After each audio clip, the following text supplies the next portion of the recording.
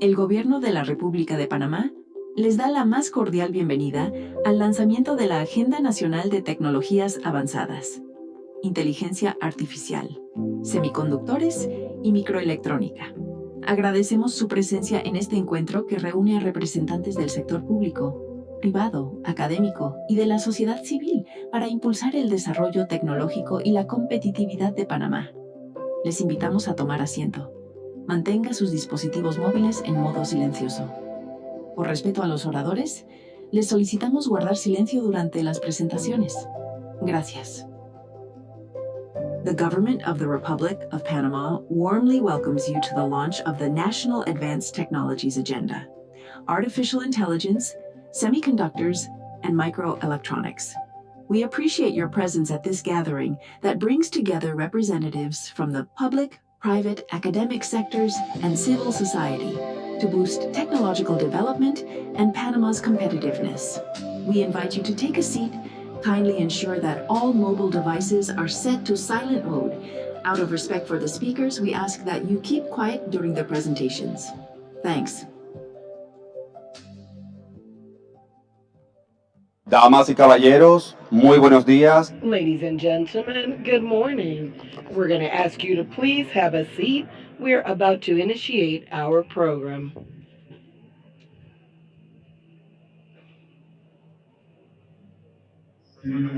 Ladies and gentlemen, good morning.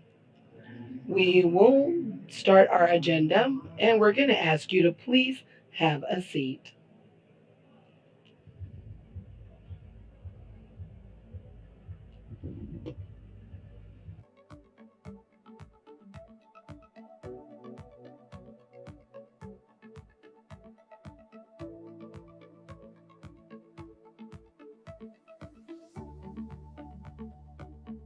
Hello, hello, hello, hello, hello.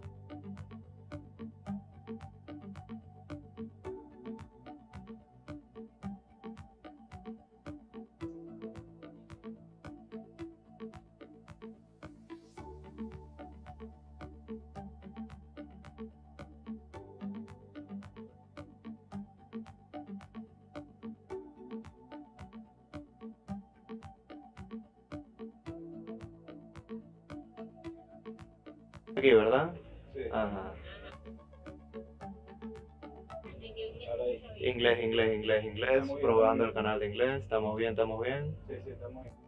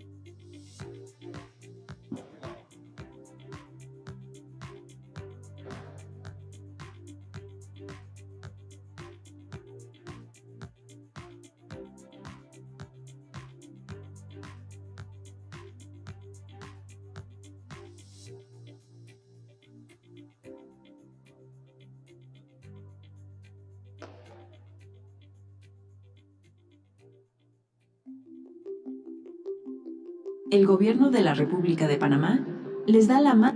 The government of the Republic of Panama welcomes you to the Advanced Technologies Launch Agenda, Artificial Intelligence, Semiconductors, and Microelectronics.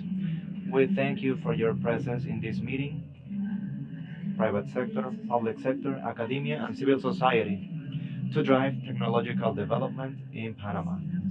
We invite you to take a seat. Please keep your mobile devices in silence. Please respect the speakers, so please be silent during the presentations. Thank you. warmly welcomes you to the launch of the National Advanced Technologies Agenda, Artificial Intelligence, Semiconductors, and Microelectronics. We appreciate your presence at this gathering that brings together representatives from the public, private, academic sectors, and civil society to boost technological development and Panama's competitiveness. We invite you to take a seat. Kindly ensure that all mobile devices are set to silent mode. Out of respect for the speakers, we ask that you keep quiet during the presentations. Thanks.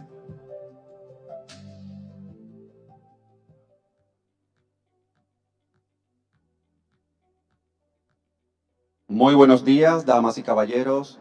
Good morning, ladies and gentlemen. Thanks for being here. We would like to invite you to please have a seat. We are about to initiate our program.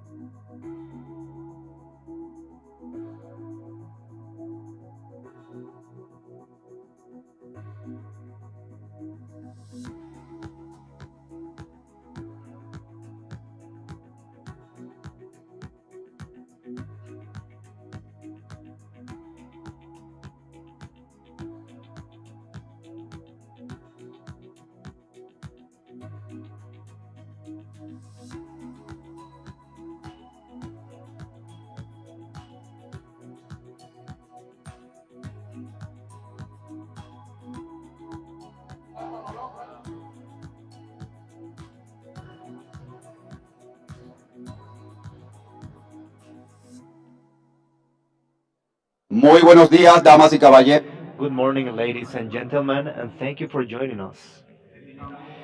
We invite you to take a seat. We will begin today's program shortly. And due to security reasons and protocol, please take your seat.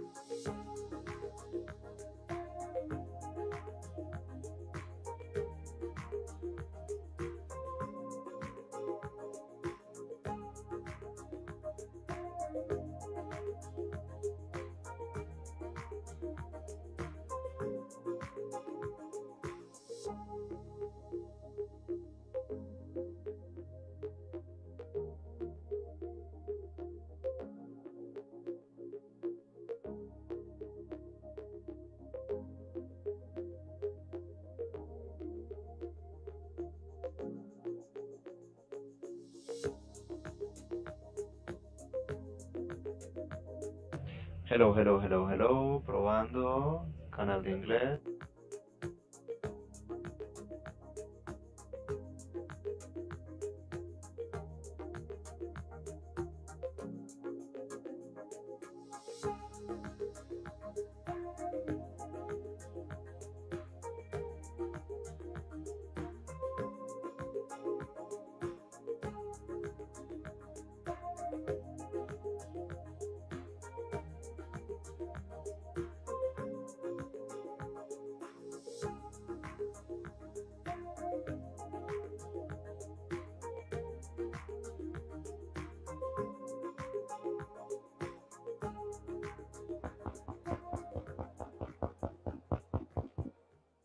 Buenos días para todos. Good morning, everyone, and we want to welcome our President of the Republic, Mr. Jose Raúl Molino.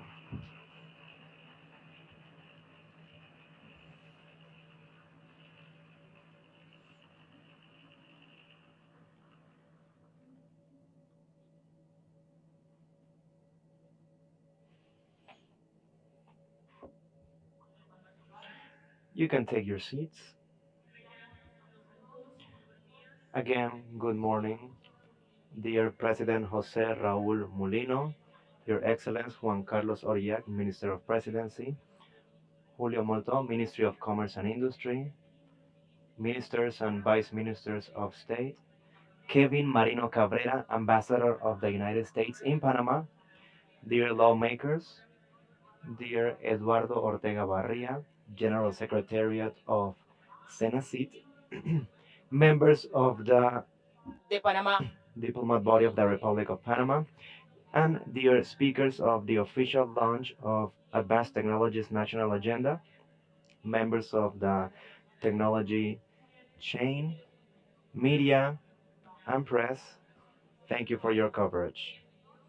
Everybody, welcome to the official launch of the Advanced Technologies National Agenda, Artificial Intelligence, Semiconductors and Microelectronics, Competitiveness Engine, Investments and Productive Transformation. And now we'll see an institutional video to see how Panama is moving forward towards a knowledge-based economy.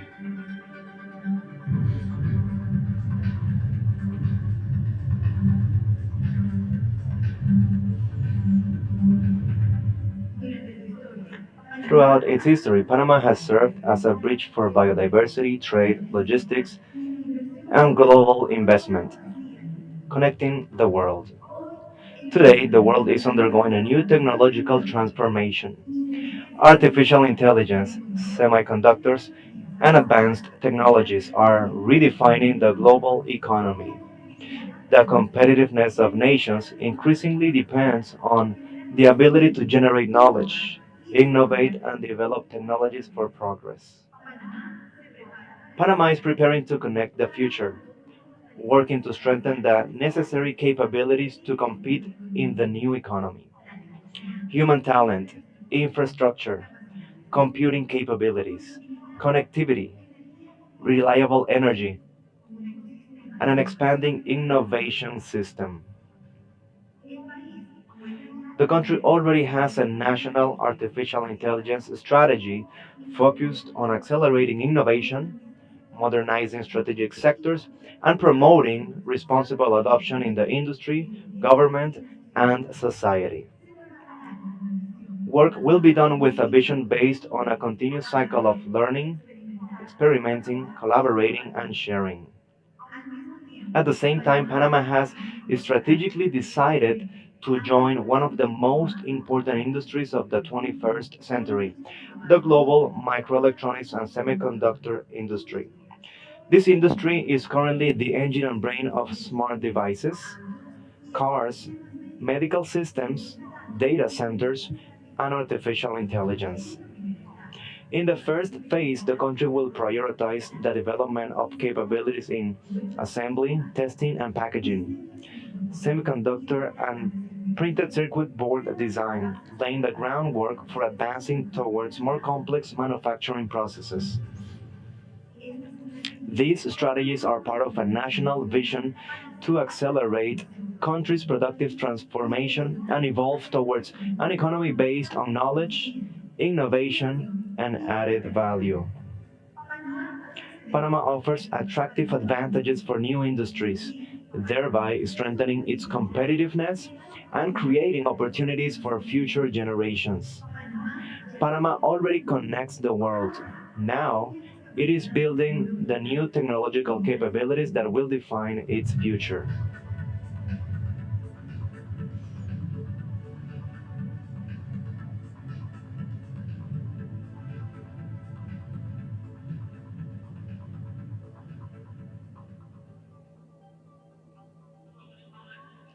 And now I want to invite the National Secretary of SENACID, Dr. Eduardo Ortega Barria, for opening remarks.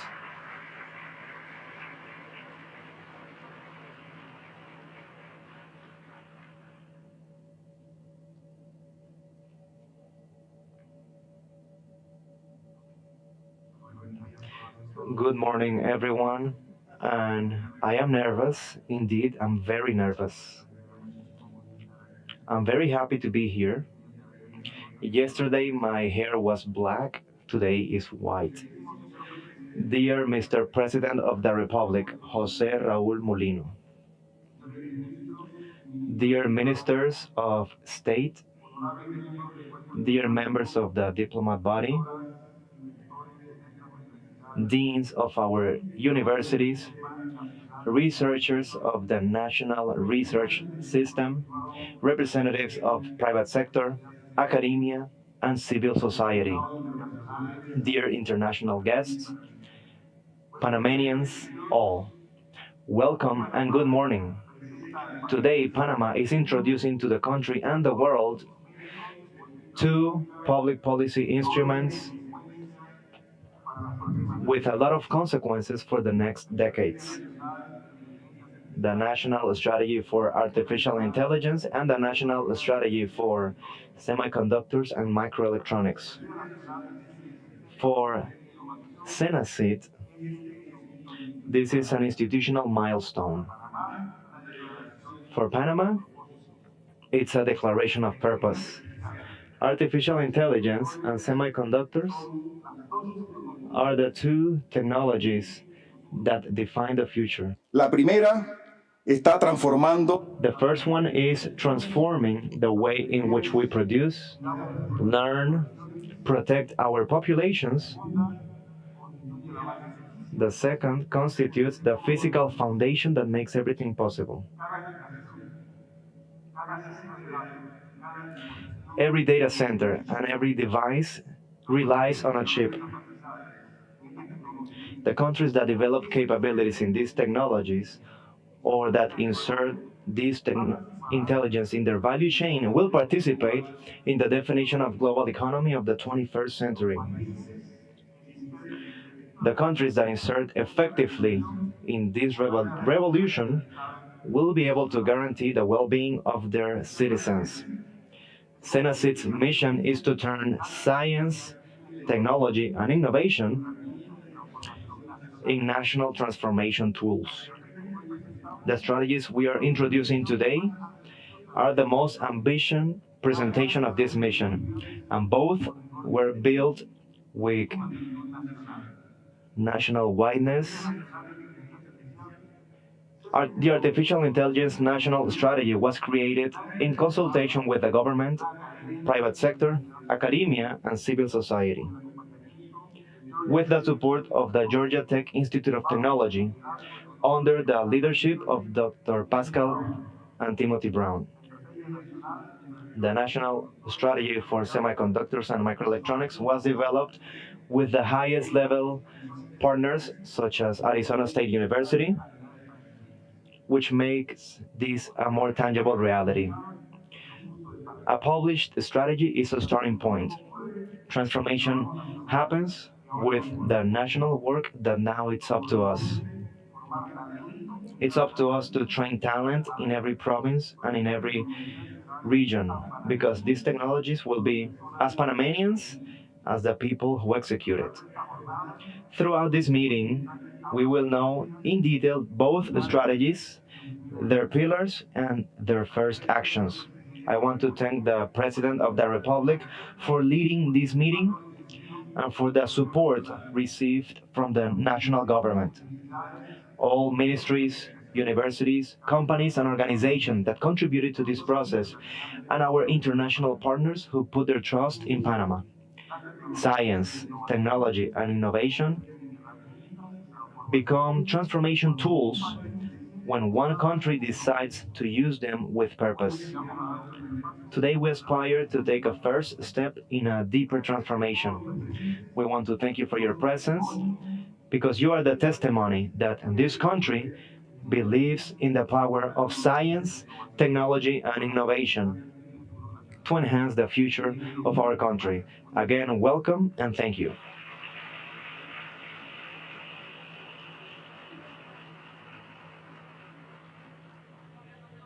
Thank you, Doctor, for your kind words. And now we'll hear Mr. Kevin Marino Cabrera, the Ambassador of the United States in Panama. Welcome.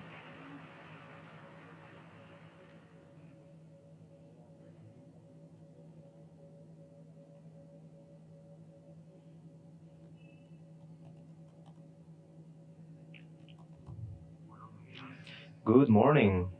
My only concern today is that in a few years, I will be replaced by a robot or a chip, but well, maybe the robot will do a better job. It is an honor to join all of you today in the launch of the Artificial Intelligence, Semiconductors, and Microelectronics National Strategy. I want to recognize the presence of our dear President, Jose Raul Mulino, the Ministry of Commerce and Industries, Julio Volto, and the Minister Icaza, and all the other ministers and members of the cabinet, and dear guests. I want to congratulate Dr. Ortega for his leadership, leading the strategy in Panama in artificial intelligence and semiconductors. I want to thank you, Doctor, for your collaboration with the U.S. Embassy. I also want to welcome the dear representatives of United States Semiconductors Industry, guests, Jan Luffer, President and CEO of the Semiconductor Association in the U.S., King Stryer, Senior VP of Artificial Intelligence from Global MD, and Sandra Watson, Executive Director of Commerce in the state of Arizona. For over a century, Panama has been a hub of the Americas for the reliable transit of world trade. Today, Panama proposes to become much more a hub for artificial intelligence. This strategy is the result of a partnership between Panama and the US. Companies and American companies contributing to build this vision. American universities like Georgia Tech Georgia Institute of Technology, Arizona State University, the University of Arizona, Drake University, and Northern Arizona University AMD also contributed with their experience. This partnership reflects that when Panama and the US work together, we can grow together. It matters who you're partnering with because not all technologies are the same. Today, the technologies that help operate your banks, hospitals, and critical infrastructure are as reliable as the providers behind. Protecting critical infrastructure does not limit innovation, it's the opposite. It's what makes possible long term innovation.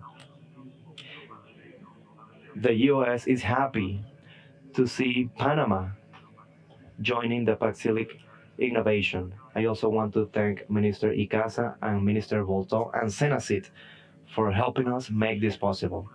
Paxilica is a coalition led by the US with more than 24 country members and economies that contribute to chains that will define the technology of this century: semiconductors, infrastructure, and artificial intelligence, critical minerals, and energy.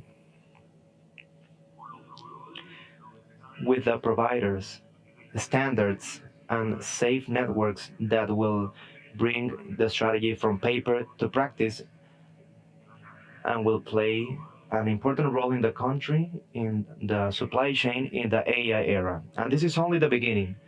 A strategy on paper will bring prosperity only with its execution and with talent and partnership. The US is committing to support Panama. Congratulations on your strategy. It's very brave and visionary. Thank you and God bless.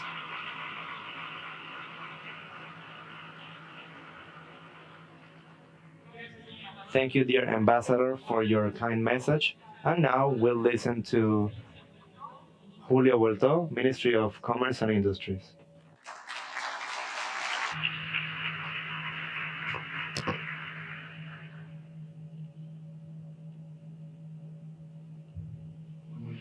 Good morning to one and all. Dr. Ortega, I'm also nervous.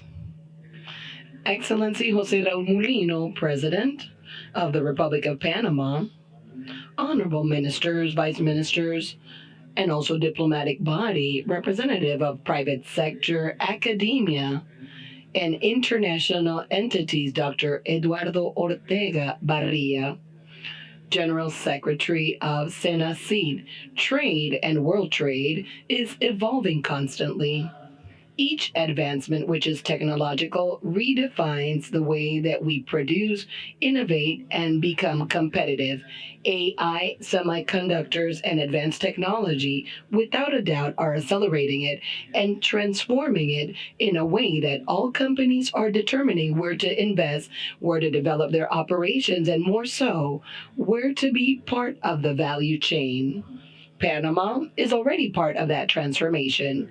Under the vision of the government of President of the Republic, we are working quality, strengthening production, preparing the country to be competitive, that will be leaders in the economic growth in the upcoming decade. The agenda of advanced technology is a step towards a decision in that pathway, bringing the strategy of AI all together and the national strategy of semiconductors and electronic devices. It redefines the development of capabilities through investments through microelectronics and also in a very competitive environment for high technology.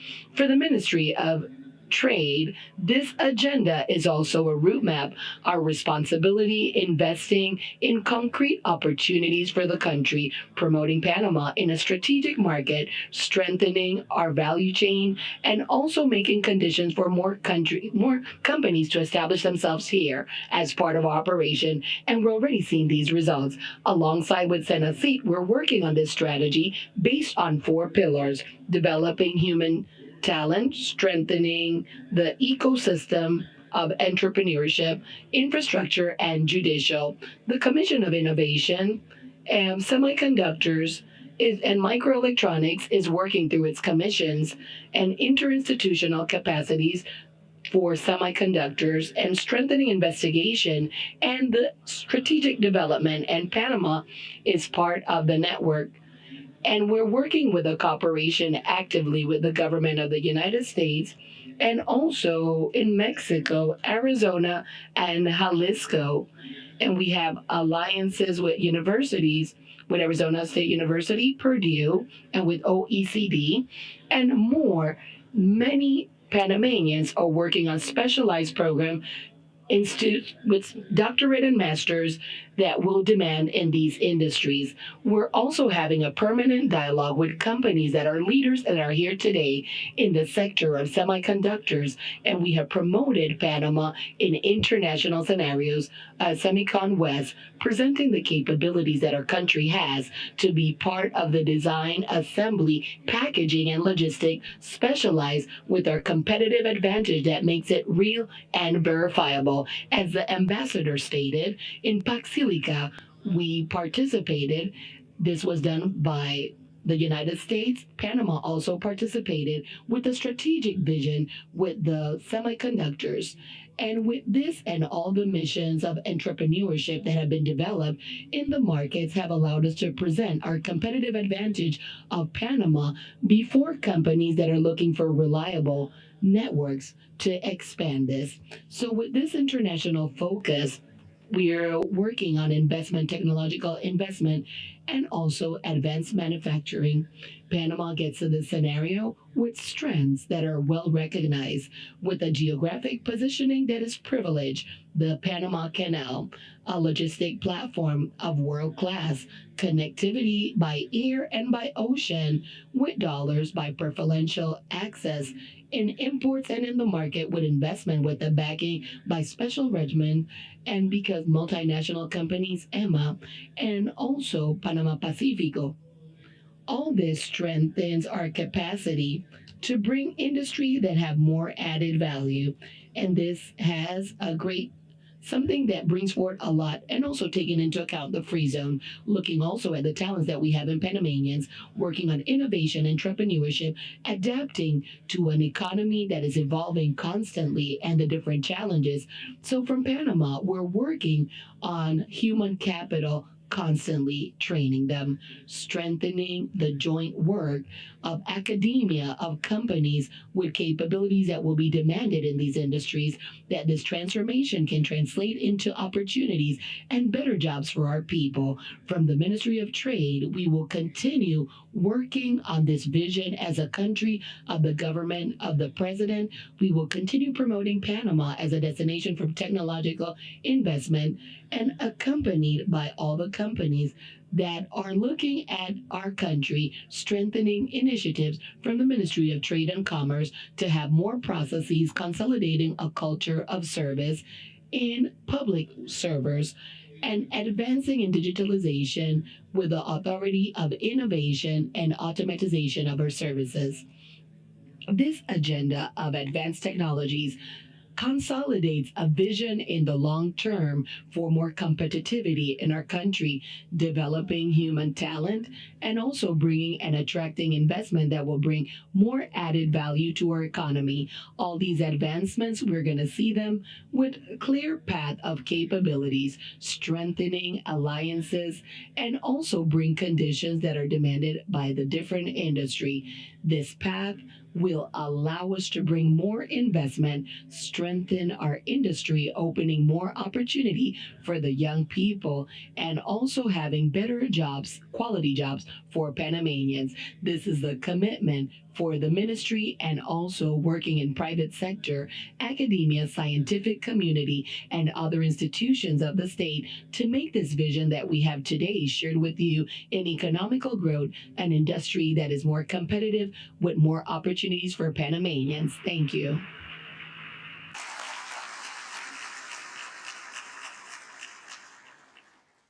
Gracias. Thank you, Minister Molto. Thank you for your words. And now we receive with a great applause Mr. Jose Raul Moreno, President of the Republic of Panama. Welcome, President.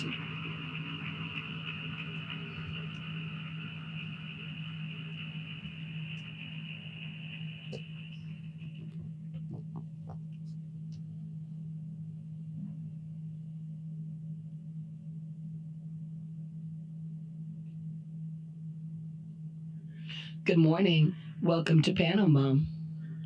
I hope that you have a beautiful experience in our country. Excellency, Ministry of Trade and Commerce, Excellency, Minister and Vice Ministers whom are present, Excellency Kevin Cabrera, Ambassador of the United States in Panama, Dr. Eduardo Ortega Barria, General Secretary of Senacit, members of the diplomatic body in Panama, distinguished speakers for the launching of the Agenda of Advanced Technology, members of the global chains in technology, national authorities, and special invitees, friends all. Our country, as many in the region, they have a strategy based upon need to solve the problems from the day to day, which is a noble action in priority. But when we look at it throughout time, it's not more than a tactic of survival with a general disorder that is expressed on bureaucracy in the sectorial negotiation and what the Republic does in general. This action that we're initiating today, added to others that have been started, this is the construction of strategies in the long term that will put in order priorities, bringing visibility in which the capability and its effort will be much higher. And even though it looks like separate worlds, politics and science are linked. Science brings economical development, and this technological development brings well-being, social well-beings with improvement in the quality of life of the citizens. And this process, which is long and slow, it only happens if we have a critical number of scientifics, a policy of strengthening investigation, and development of knowledge.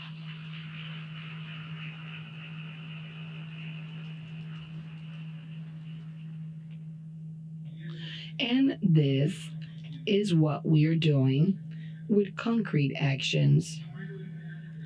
May of this year, the Executive Decree 36, the National Commission for Critical Technology and Emergent Technology was created, and AI that brings forth at the table academia and productive sector coming together under the technical coordination of Senacit.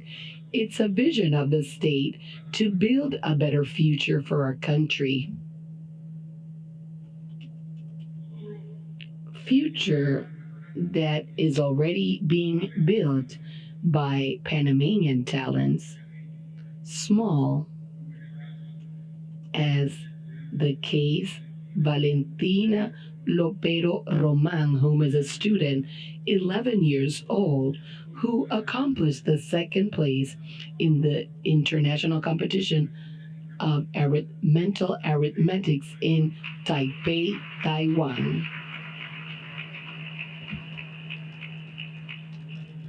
It was a competition of 152 participants of 12 countries, and she's in the top 10 worldwide.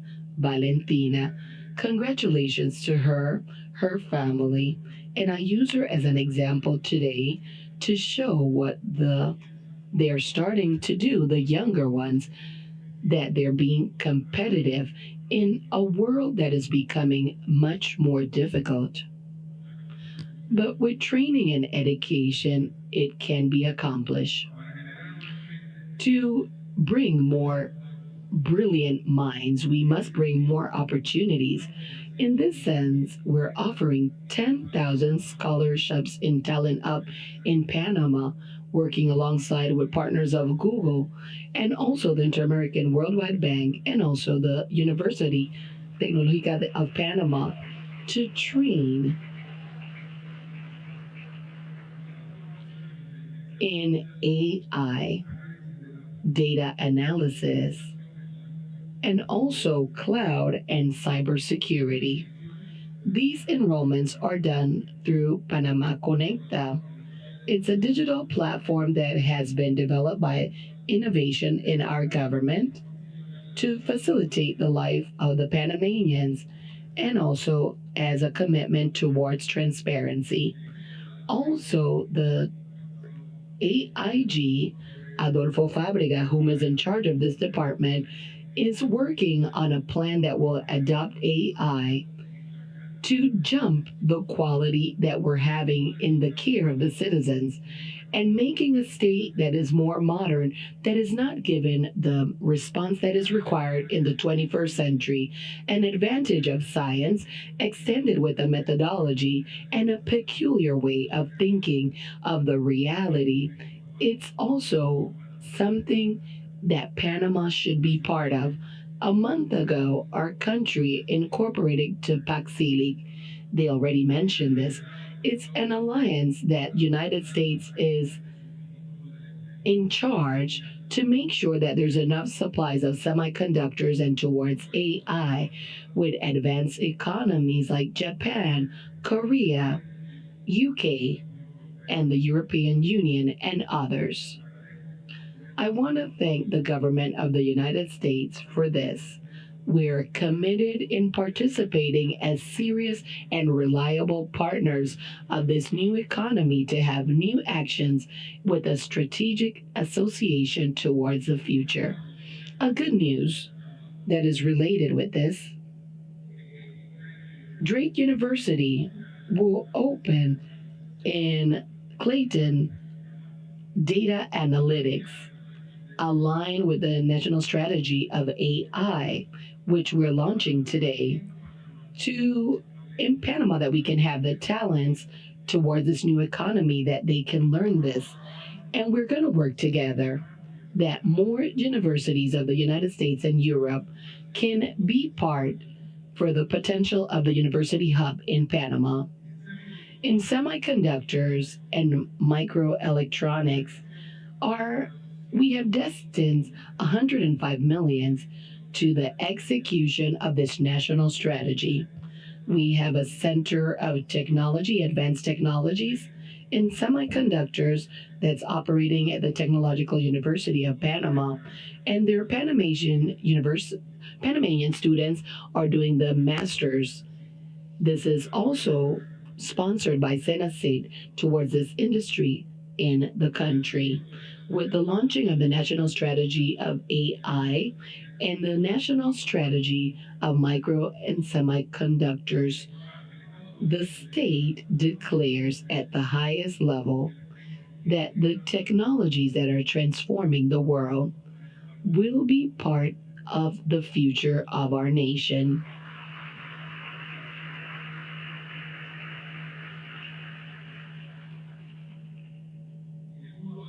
The world is going through a transformation that is comparable to how the industries are also evolving, just at an accelerated steps. What is invented today, maybe in 60 days, it will be history. So we have the world that have different scientists, inventors, entrepreneurs, and technology. And we are working with this because the world is advancing.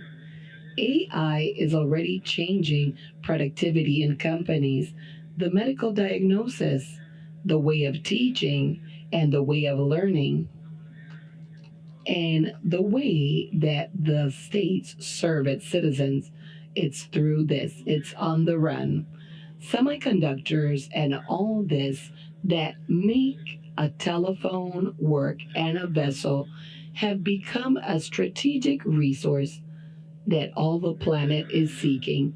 With this reality, the countries have two paths: to prepare itself or not. So we have decided to prepare ourselves.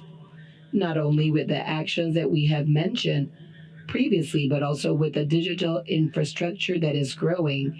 Panama is consolidating, and also in a different way of data center, and also where the AI will be in the region here as data centers.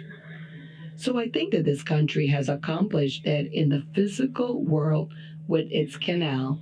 It has all the conditions to accomplish it in the digital world. And this is the level of opportunities that we have ahead of us. And I say this humbly, the vision that among others that are important and also for the future that I will be doing, and also based on my decisions, as I had said in many occasions, I hold a legacy, a country that is strong and with the capacity of advancing with people that are serious and capable that can take forth what I will have to give on to somebody else soon. And also adopting these tools in their operation and through investors, and also in the training towards employees, because every company that becomes more modern strengthens the whole country. There is something that I would also like to tell you. Yesterday, while the Minister of Work was talking to me about the growth in job opportunities, I also have the good news for you that we came down one digit in unemployment. I was thinking, how is it that so many good things occur? And what you mostly hear is the negative things, the fights in the communities. We cannot deny that. But we cannot live as a country that is only looking out for the small accomplishments, what we commonly call gossip, that does not become productive. It does not take us anywhere, and we lose a lot of time for these type of things that require our minds to be at peace. So there I remembered, speaking to the minister, that it's always brings more noise. A tree when it's about to fall, rather than 100 when they're coming up.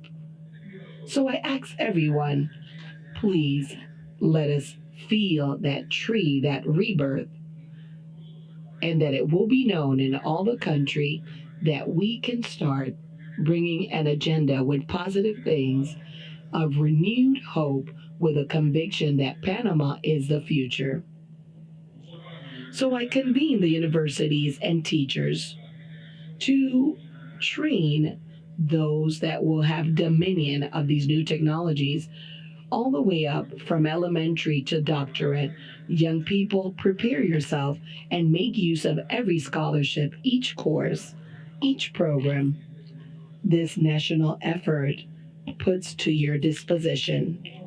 I convene the public servants to use these tools to serve, to make simple processes, quicker services, a state closer to the people. These strategies have all my backing and the backing of my government. Let's make it a reality together.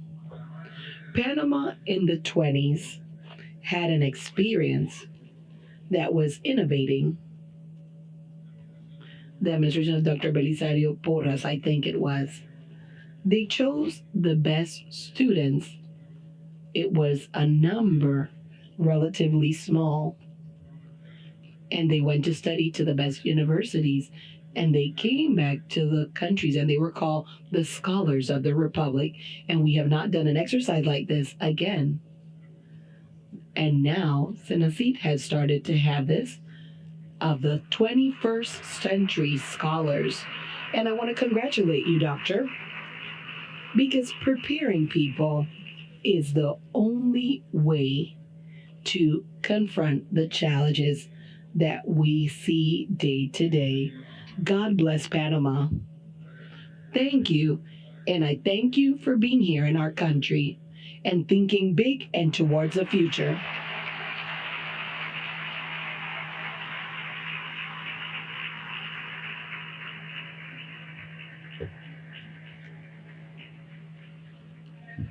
Thank you, President, for your key message. And now we're going to have an official picture. Mr. President, Dr. Eduardo Ortega Barria, National Secretary of Science, Technology, and Innovation, Julio Moltov of Trade and Industry Minister, Kevin Marino, Ambassador of the United States, Mr. John Neufeld, President and Executive Director of Semiconductor Association, Sandra Watson, CEO of the Authority of Arizona of Trade, Keith Strayer, Vice President Senior of Global Markets of AI, Cecilia Mata, Member of Registry of Arizona, Audrey Plunk, Subdirector of Innovation of OCTE, Guillermo Ancho, Specialist in Programs of UNESCO, Gabriel Dutra Alvarez, Senior Director of Latin America of Americas, Carlos Gonzalez Rivas, the Division of Competitive Technology and Innovation of the Inter-American Bank of Development, and Pascal Vang, Professor of Industrial Engineering of Georgia Tech.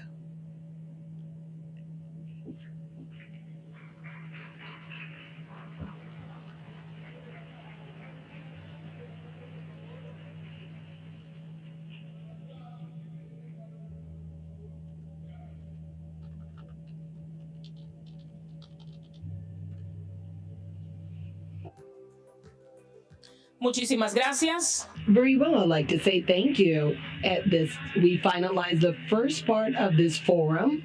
We're going to have a 10-minute recess to say bye to the President of the Republic. Then we'll continue with this official agenda. Have a good day, and may you have a wonderful event.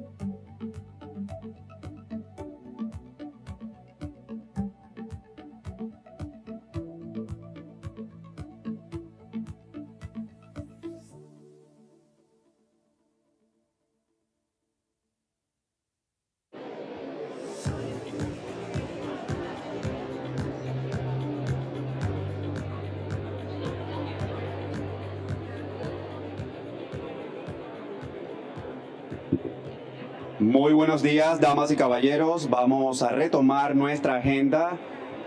Gracias. Very well. We're going to continue on our agenda. Thanks for being here. We want to remind you that we have equipments of simultaneous interpretation.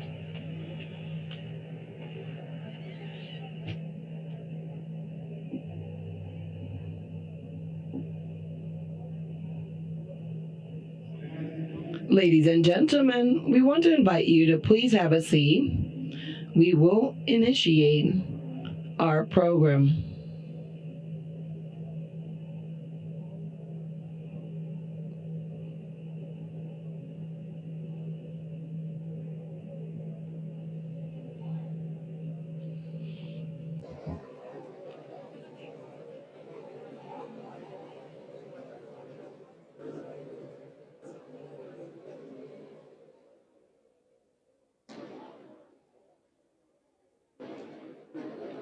Damas y caballeros, Ladies and gentlemen,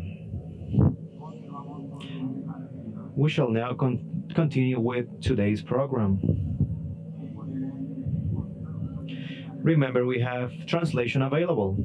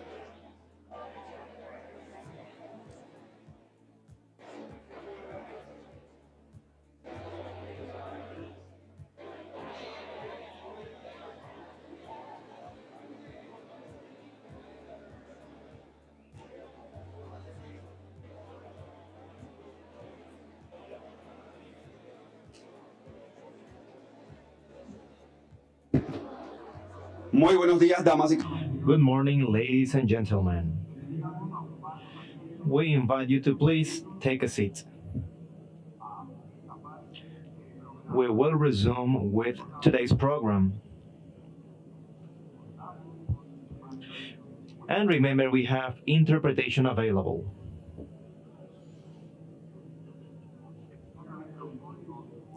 And we have a QR code, so you can scan it and send your inquiries. Inquiries about the initiatives introduced in today's meeting.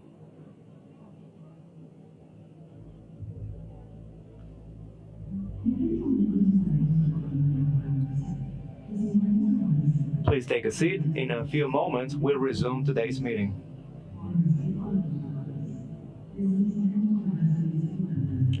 Please remember to be silent during presentations. In just a few moments, we invite you to take a seat. Kindly ensure that all mobile devices are set to silent mode. Out of respect for the speakers, we ask that you keep quiet during the presentations.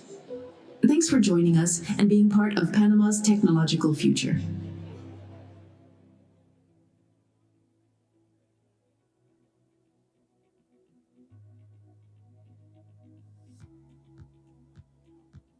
Hoy Panamá da un paso Today, Panama is taking a strategic step towards the future with the Advanced Technologies National Agenda, an initiative that brings together artificial intelligence, semiconductors, and microelectronics strategy.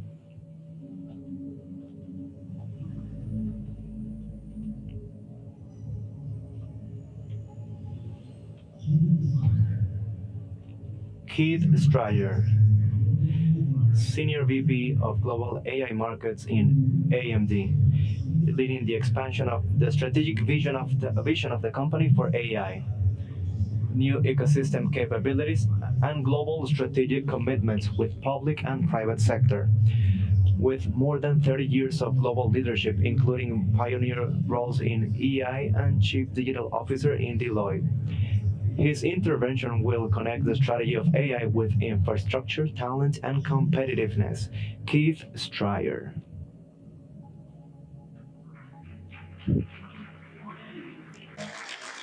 That's a great introduction. I gotta have that more often. I have to insist on that.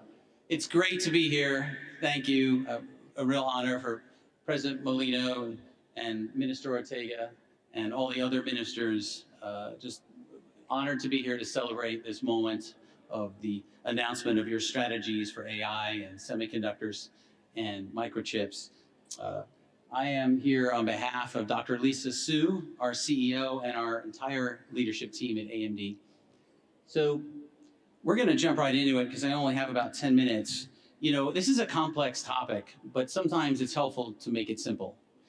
AI is just software. Forget everything else. It's just software. It's a special kind of software, but it's just software. It's actually can be helpful to think about it as a simulation of human-like cognitive abilities, like the ability not just to see, but to recognize, the ability not just to listen, but to understand, and the ability not just to speak, but to have a conversation. These are human-like cognitive abilities that machines can now simulate with precision. Now we're entering a new era. From a computing perspective, from a semiconductor perspective, we think of this as the Yada scale era of compute. What does that mean? That means that the amount of compute needed to achieve the adoption that we want, 5 billion daily users of AI, the amount computed needed is 10,000 times more than what exists on the planet today. 10,000 times. The next 12 to 18 months will help define the trajectories of leadership for industries and for countries.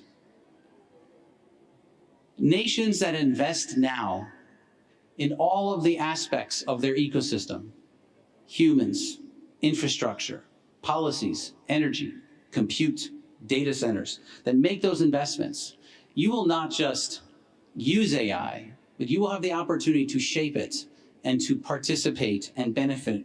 This is a choice. And you've made that choice because you've announced a strategy today. Now, one of the most profound developments in the AI industry is this idea that we are giving agency to AI, asking AI to do things for us, not just to give us information, but to accomplish tasks. We call this agentic AI. Now, when these agents go into the real world and they engage with other agents or people or so forth, and they do things on our behalf, they in effect become a new form of labor, a form of digital labor. And this will be transformational for companies, for industries, and entire economies. Now, part of why I'm here today is to bring a perspective on the imperative and the urgency of this day, this moment. And I have been fortunate to have both a front row seat and a backstage pass to the entire evolution of AI in the context of nations over the last 10 years. So I want to give you some very real perspective, some honest and objective perspective. I think this quote actually is a very good one. That the next phase of economic transformation will be bigger and faster than anything that you have ever experienced. 10 times bigger, and possibly 10 times faster. Now, I appreciate that that kind of statement can be difficult to process, to accept. So let me make it very real. So in 2027, if you look across the US economy, right, you have the hyperscalers, you have the frontier labs, you have the US government itself, and you have Wall Street, and all the different stakeholders in those different groups. All together, in the next year, they will spend approximately $1 trillion on US infrastructure. $1 trillion in 1 year on that full value chain of AI infrastructure. But let's put that in perspective. If you look back over the last 100 years, and you look at these particular block of 61 years, and what did we accomplish in that time? Well, we unlocked the immense power of the atomic age. We paved America. We put 50,000 miles of asphalt coast to coast, the interstate highway system. We figured out how to put humans and cargo in space, in orbit, all the way to the moon. And we unlocked the mysteries of human biology. We launched the era of personalized medicine.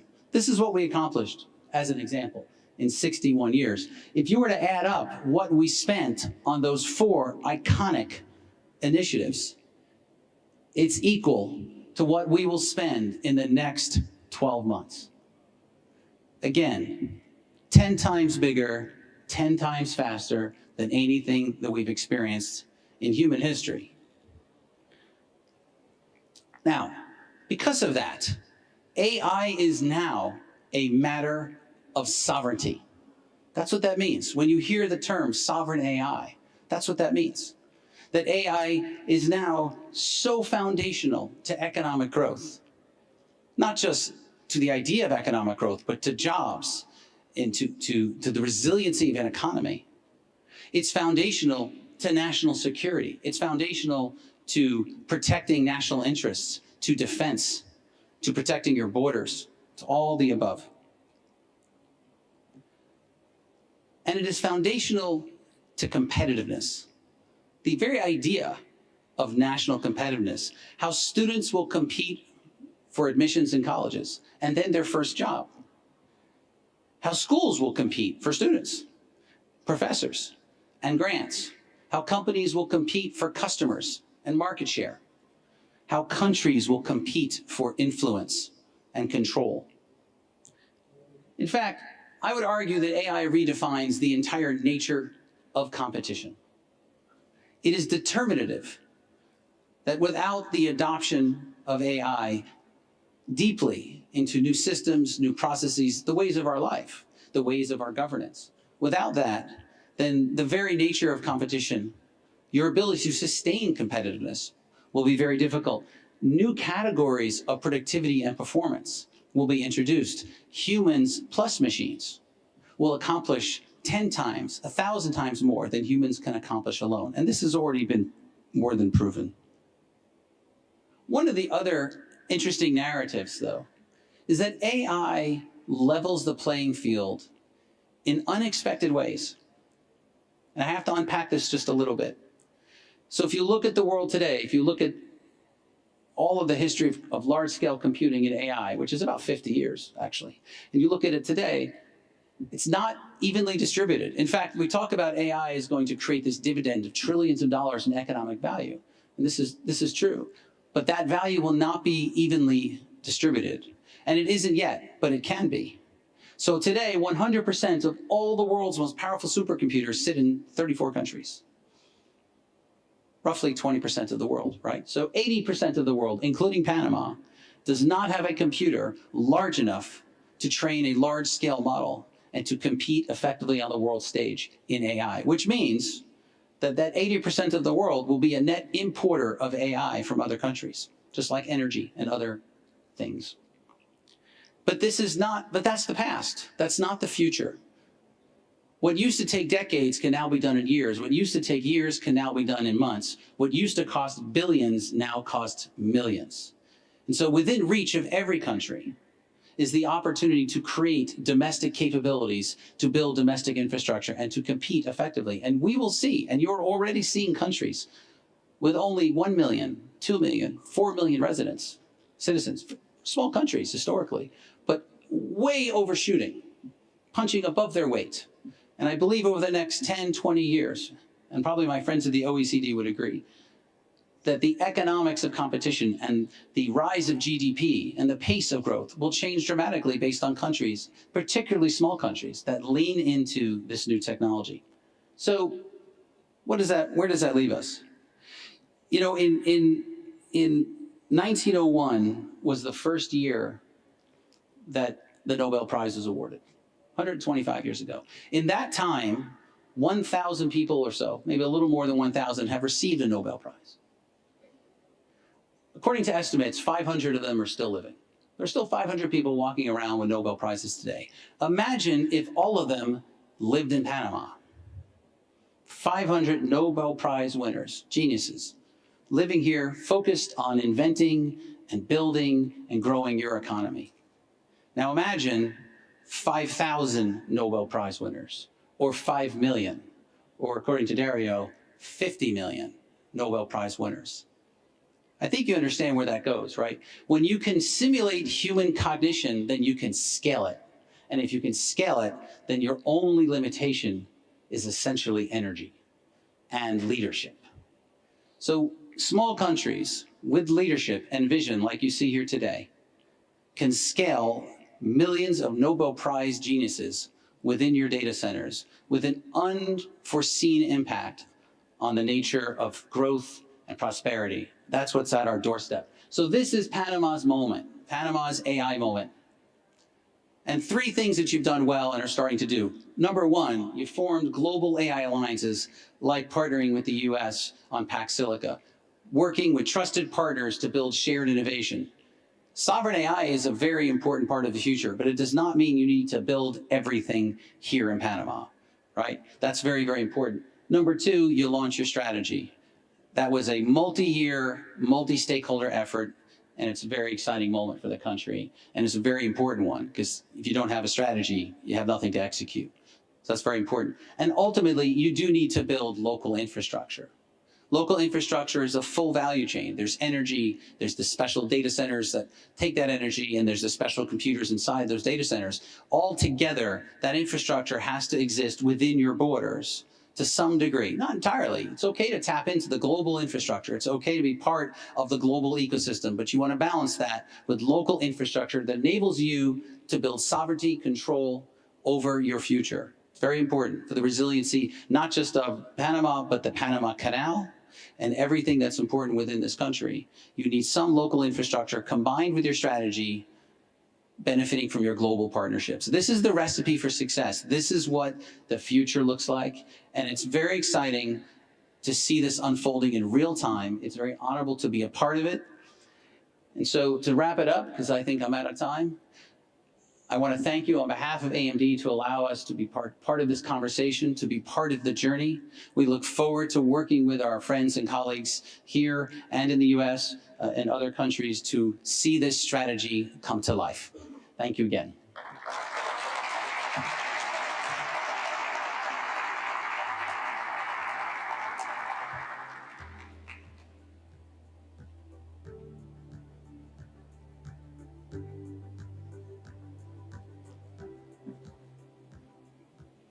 Esta agenda busca fortalecer This agenda aims to strengthen a knowledge-based economy, innovation, and talent, taking opportunities in high-value technology industries.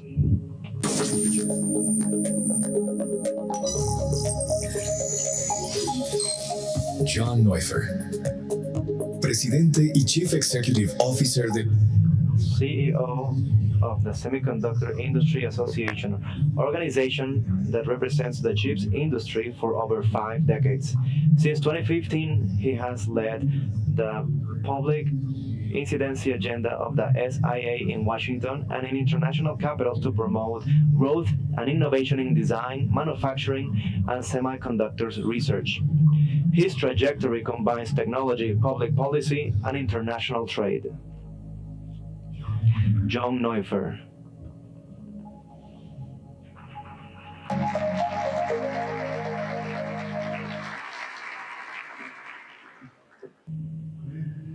Good morning. I've never seen my name in such big letters in my life. Also, I must say, Dr. Ortega Barrios said something about gray hair. Well, I arrived in Panama with gray hair, very proud of it. My wife says that the hair and the glasses are very important because if I didn't have them both, no one would think I'm very smart. So it's a real pleasure to be here. What a magnificent event. What a great day for Panama. I want to thank President Molino and the rest of Panamanian government for this very generous invitation and the incredibly warm hospitality. It's a genuine pleasure and honor to be here. So as you really saw, I'm President and CEO of the Semiconductor Industry Association. We are based in Washington, D.C., 12th and K, if you ever want to drop by. We represent nearly all of the U.S. headquartered semiconductor industry and about 2/3 of the industry around the world. It's a great pleasure to be back in Panama. The last time I was here 2 years ago, I had the opportunity to get an aerial view of the length of the canal in a helicopter. Franklin and Ramon were responsible for that. It was an epic visual reminder of Panama's unique strategic position as a logistics hub in the Western Hemisphere. And of course, your country's really breathtaking natural beauty. During my last visit, I had the opportunity to meet with senior government leaders. I learned about Panama's ambitions to play a bigger role in chip supply chains. There's been a number of exciting developments since my last visit, and Panama has made great strides in developing a strategy to be more competitively positioned to participate and add value to the Western semiconductor ecosystem. I want to congratulate President Molino and the entire Panamanian government on the successful launch of the National Strategy for Semiconductors and Microelectronics, as well as the new National Strategy for AI.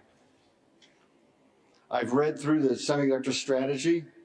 It's a very thorough and important document. It's fantastic to see the vision behind the discussions we had 2 years ago reflected concretely in the strategy. I also want to congratulate and thank your government for joining the US-led Pax Silicon initiative during the recent summit in Washington. This partnership underscores Panama's commitment to building secure, resilient, and trusted supply chains right here in the Western Hemisphere. We're excited for the promise of what the promise of this partnership holds, including the new Pax Silica Artificial Intelligence Assistance Project right here in Panama. If I may, as our governments and industries look to the future, I want to offer some perspectives on the state of the semiconductor industry and its limitless future, as well as opportunities for Panama to play a key role in our rapidly growing ecosystem. When I joined SIA a decade ago, the semiconductor industry was a $300 billion industry. That feels kind of quaint by today's standards.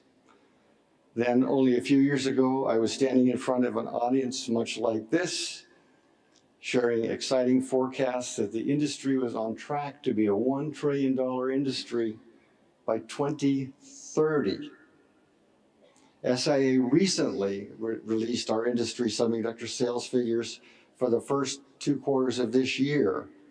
Our sales in just the first half of 2026 are projected to hit $795 billion, topping the chip sales in 2025. But here's the real kicker. Our forecasts now have us on track as a global industry to be a $1.5 trillion industry by the end of the year, and $2 trillion by 2028, shattering earlier predictions from just a couple years ago. Why? Well, our industry is seeing growing demand in so many industries: automotive, industrial, robotics, consumer electronics, and more. But the biggest driver for all this growth is, of course, artificial intelligence. The growth in AI infrastructure presents a truly awesome and historic opportunity for the semiconductor industry. We know there's a big focus in the US government in collaboration with international partners through initiatives like Pax Silica to further develop our industry.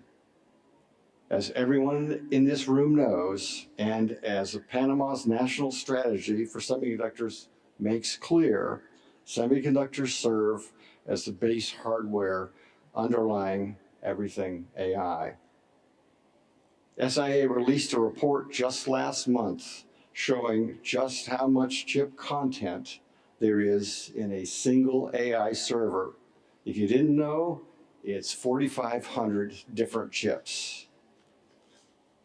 Considering a single hyperscale data center has over 100,000 servers, that's a heck of a lot of chips in a single data center.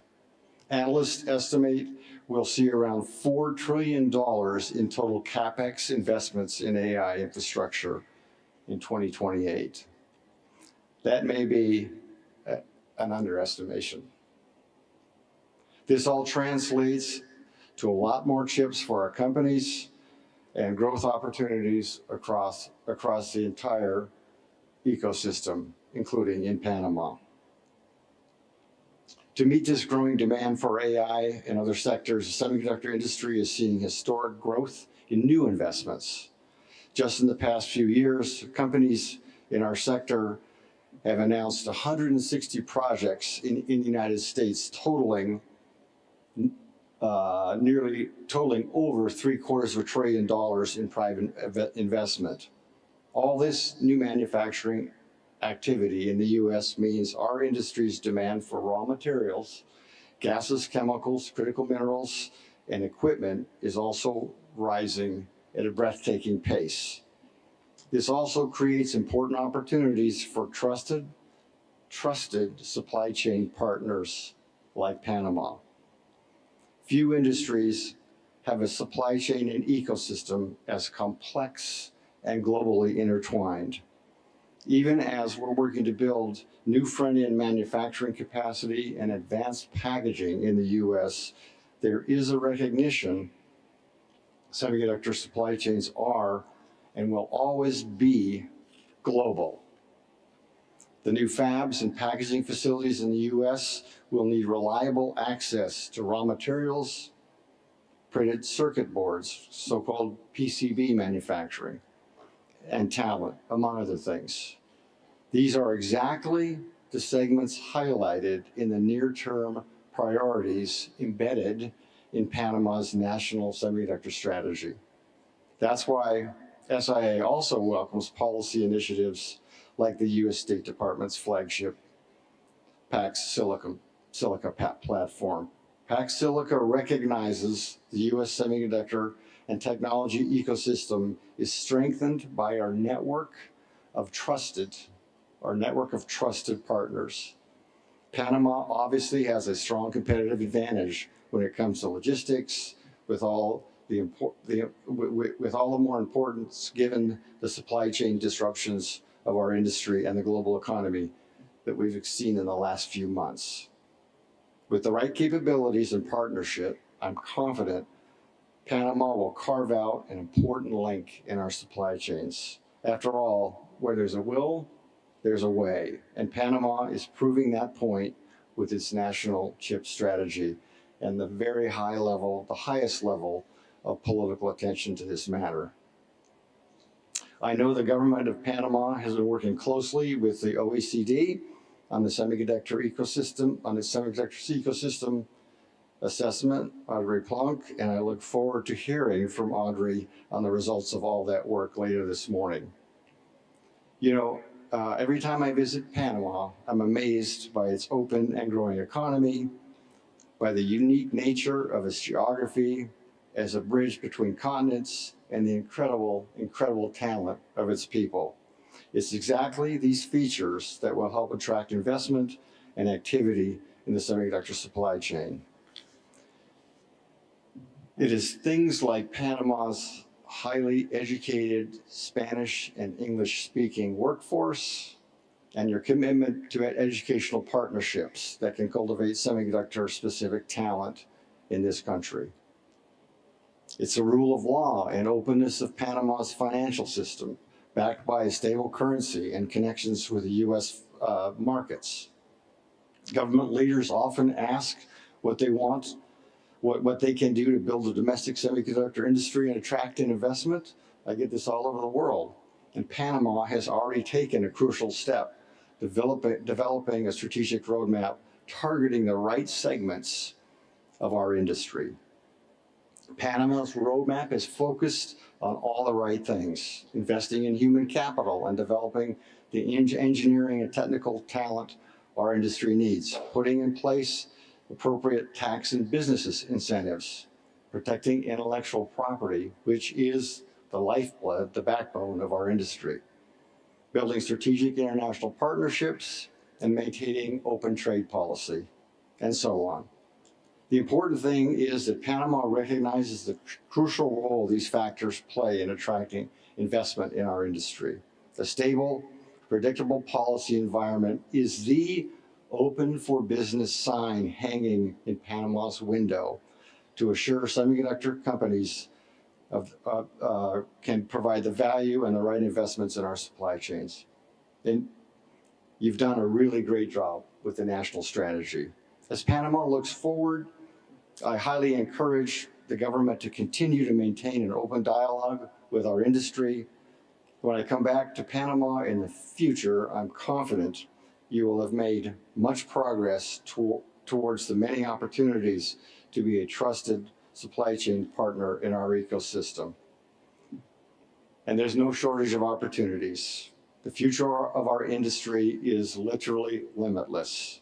The challenges before us are many and complexities abundant, but there's never been a more exciting time in this breathtakingly innovative foundational industry.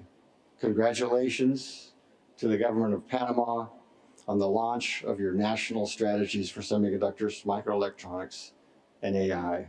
Thank you again for inviting me to speak at this impressive event. Thank you.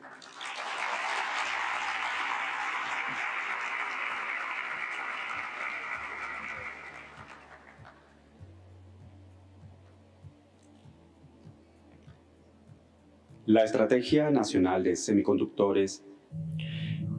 The Semiconductors and Microelectronics Strategy aims to put Panama in an industry key to the world, with capabilities in design, testing, and specialized logistics.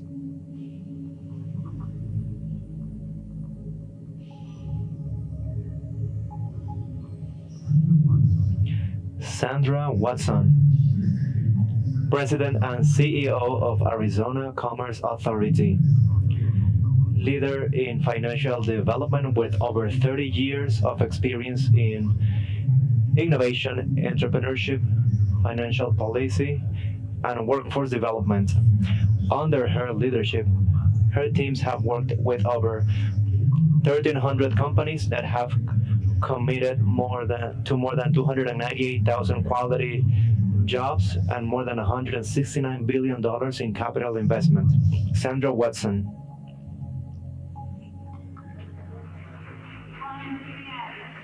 Good morning. Start by thanking President Mulino, the distinguished ministers and leaders of Panama's technology and logistics sector. I'd like to thank Eduardo, obviously, and Senesi for all of the incredible work that you are doing, and also for inviting me to speak with you today. It is an incredible honor to be joining you today. I come to you from Arizona, a foundational home of America's advanced semiconductor manufacturing industry. But more importantly, I come to you today to build a bridge. Under the visionary leadership of your president, Panama is declaring its sovereignty in the digital age, and Arizona stands ready to be your definitive partner in that mission.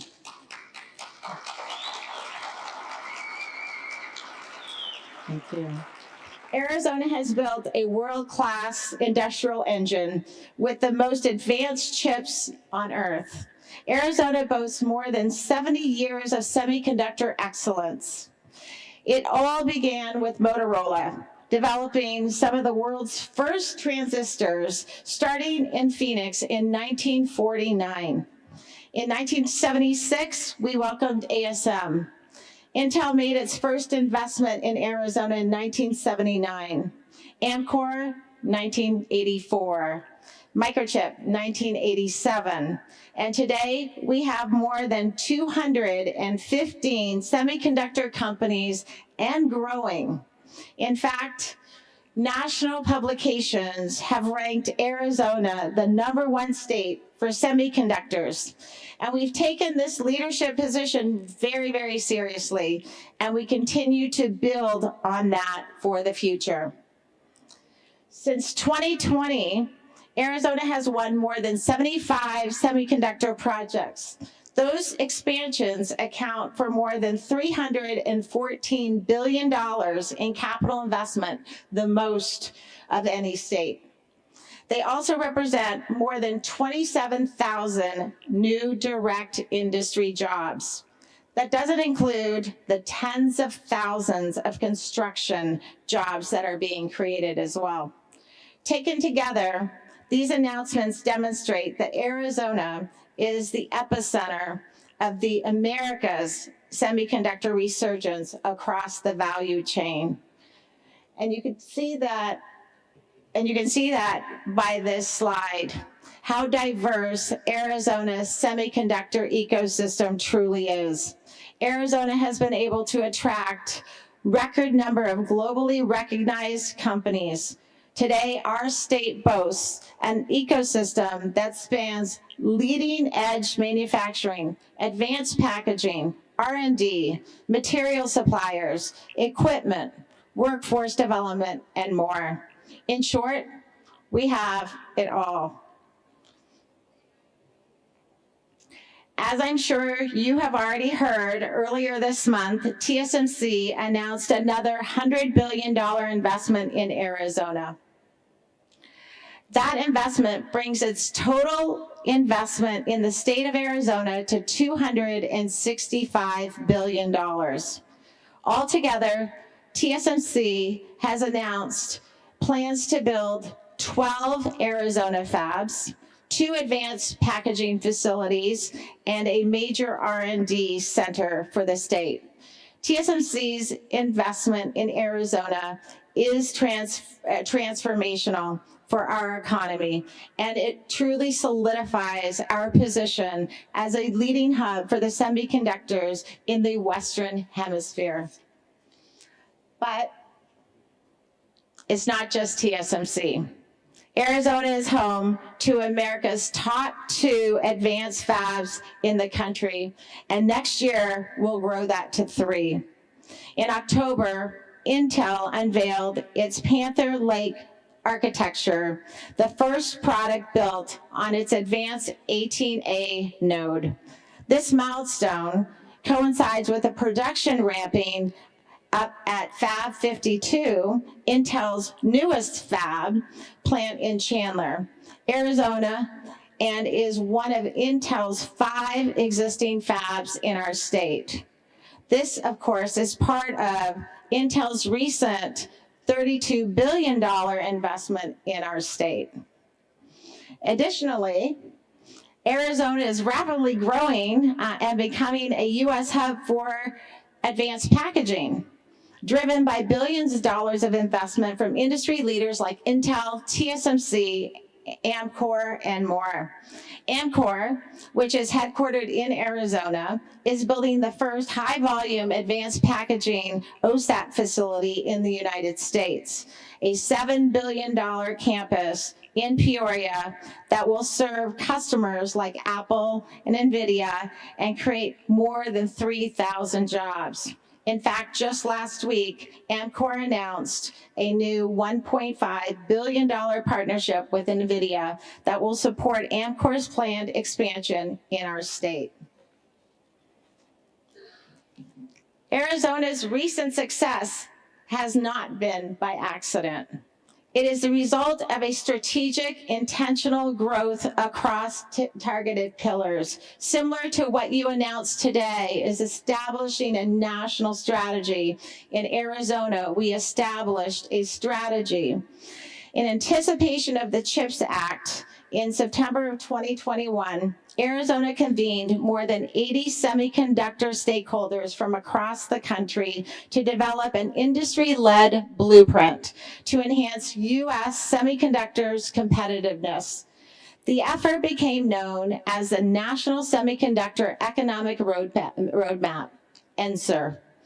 NSER is a 10-year action plan that focuses on driving semiconductor innovation across 4 domains, including workforce, supply chain, infrastructure development, and entrepreneurship. The roadmap was released in December of 2022, following a years-long development and extensive work alongside many partners, including SIA and under the leadership of John. NSER's recommendations were put into action by the Arizona Semiconductor Task Force. Launched in August of 2022, Arizona's Semiconductor Task Force represents a statewide effort convening more than 100 partner organizations from private industry, academia, and public sector to compete for CHIPS funding, as well as to identify challenges and solutions that grow the semiconductor ecosystem in our state. The task force and its work is focused on 4 working level subgroups and are working in depth to develop the right solutions. We've got an advanced packaging working group, workforce, supply chain, resiliency, and entrepreneurship. Our state is also investing significantly in R&D. The ACA has invested over $100 million in our universities and community colleges. These investments include funding to enable the first of its kind Materials to Fab laboratory at ASU in partnership with Applied Materials. Those funds are used to expand the University of Arizona's Micro Nano Fabrication Center and advance R&D and industry partnerships. Those funds were also used to launch a microelectronics metrology certification program working at Northern Arizona University. And of course, funding for registered apprenticeship programs for the semiconductor technicians.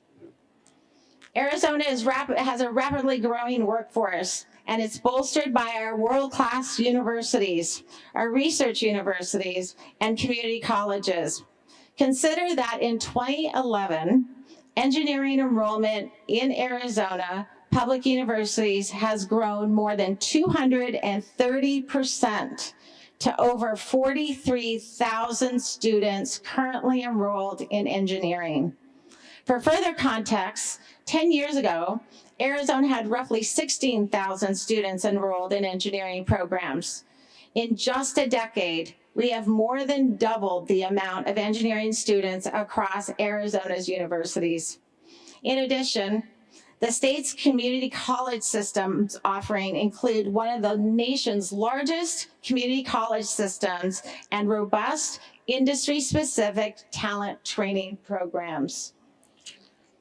Beyond the universities and community colleges, Arizona has pioneered innovative ways to scale talent quickly for a number of key industries. One example is the Semiconductor Workforce Accelerator that we launched in Phoenix in partnership with Gateway Community College, TSMC, Intel, and NXP. This accelerator, which is part of a larger workforce accelerator network called Future 48, pairs industry leaders with community colleges to build customized training curriculum and prepares students for jobs in the semiconductor industry.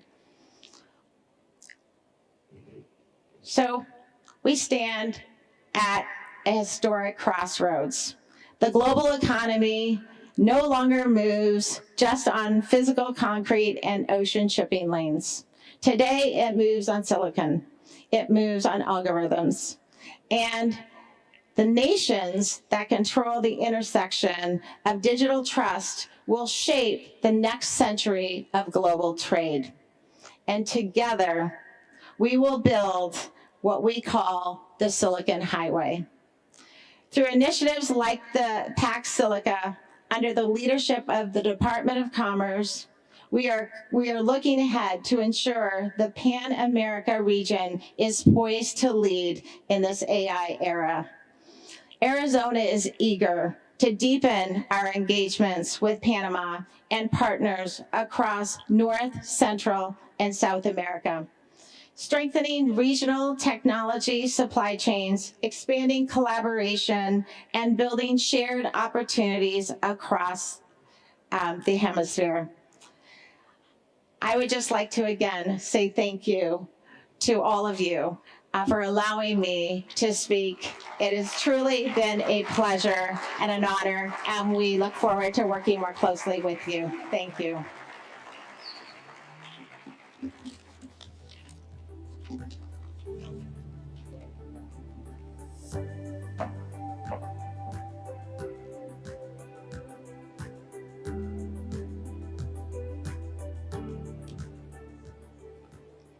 El talento panameño es el eje. Panamanian talent is the axis of this agenda. Training, scholarships, and specialized training will be essential to build the capabilities of the future.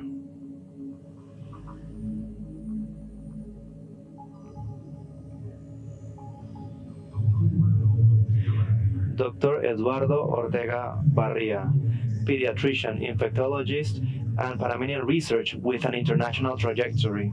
Trained in Tufts and Stanford, he has led the development of vaccines for Latin America and the Caribbean. He is the author of more than 100 scientific publications, and he has an honoris causa PhD for his work during the pandemic. Today, he leads science, technology, and innovation in Panama as National Secretary of Senacit. Dr. Eduardo Ortega Barria.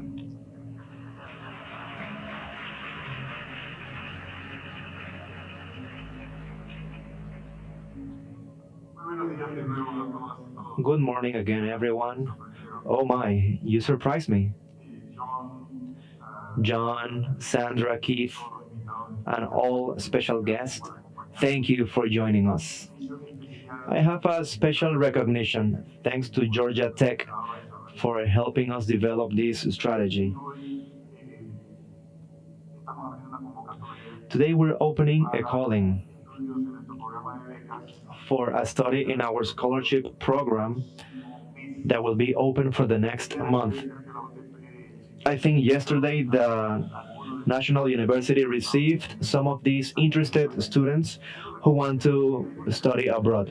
I want to recognize 3 universities: Arizona State University, with whom we have several years partnership, University of Arizona, and Northern Arizona University. I want to recognize Cecilia Mata. Thank you, Cecilia, a Panamanian from Cologne who works in Arizona, and she has been essential for building this strategy that we're launching today. I will have 30 minutes. I talk a lot, of course, and I have to launch 2 strategies in 30 minutes. That's a great challenge for me. So I ask of you to please scan the QR code you see on screen, because on the website we have the strategies published. You can download them and you will receive a lot more information than what I can share with you in 15 minutes.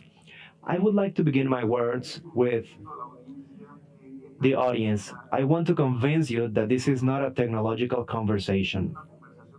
This is a conversation that is related to social development and financial development. Sustainable financial growth is a technological forum. The Economy Awards say it like this. These are the ones that we usually follow. So 30 minutes, 2 strategies. Let's begin with the critical and emerging technologies. And an important definition so that we're all in the same page. It's a group of advanced technologies that have great power to influence in the financial prosperity of countries, in their social transformation, but it is also an important matter of national security and sovereignty, just like we heard this morning. They are essential and critical for competitiveness. They are the engine of productivity for our countries, and they are critical to keep global and regional leadership of countries, and they help us solve complex problems. Countries may define what is a critical technology to them, but when you analyze the published information, there are 5 of them that are basically a part of a global consensus, and we can see them on the screen. AI, which we're launching today, semiconductors, biotechnology, where Panama has been investing in the last 25 years. 20% of our researchers work on technology, and we believe that the productivity of the country can increase significantly with a bioeconomy strategy, which we will see later, because this country hosts 5% of the world's biodiversity. We have 10 times more biodiversity per square kilometer in comparison to Brazil. And we also have clean energy and quantum technologies, where we have to start training the talent we need to be prepared to attract and to transform what we need. I think this is an opportunity for AI. The decision is simple. What do we want to be? simple consumers of technologies, or do we want to be a part of those who generate the AI technology that help our countries solve problems? 14% of the world GDP by 2030 is going to be affected by AI technologies. There are more conservative estimates that say it's 7%, and we know that today 78% of companies already use AI.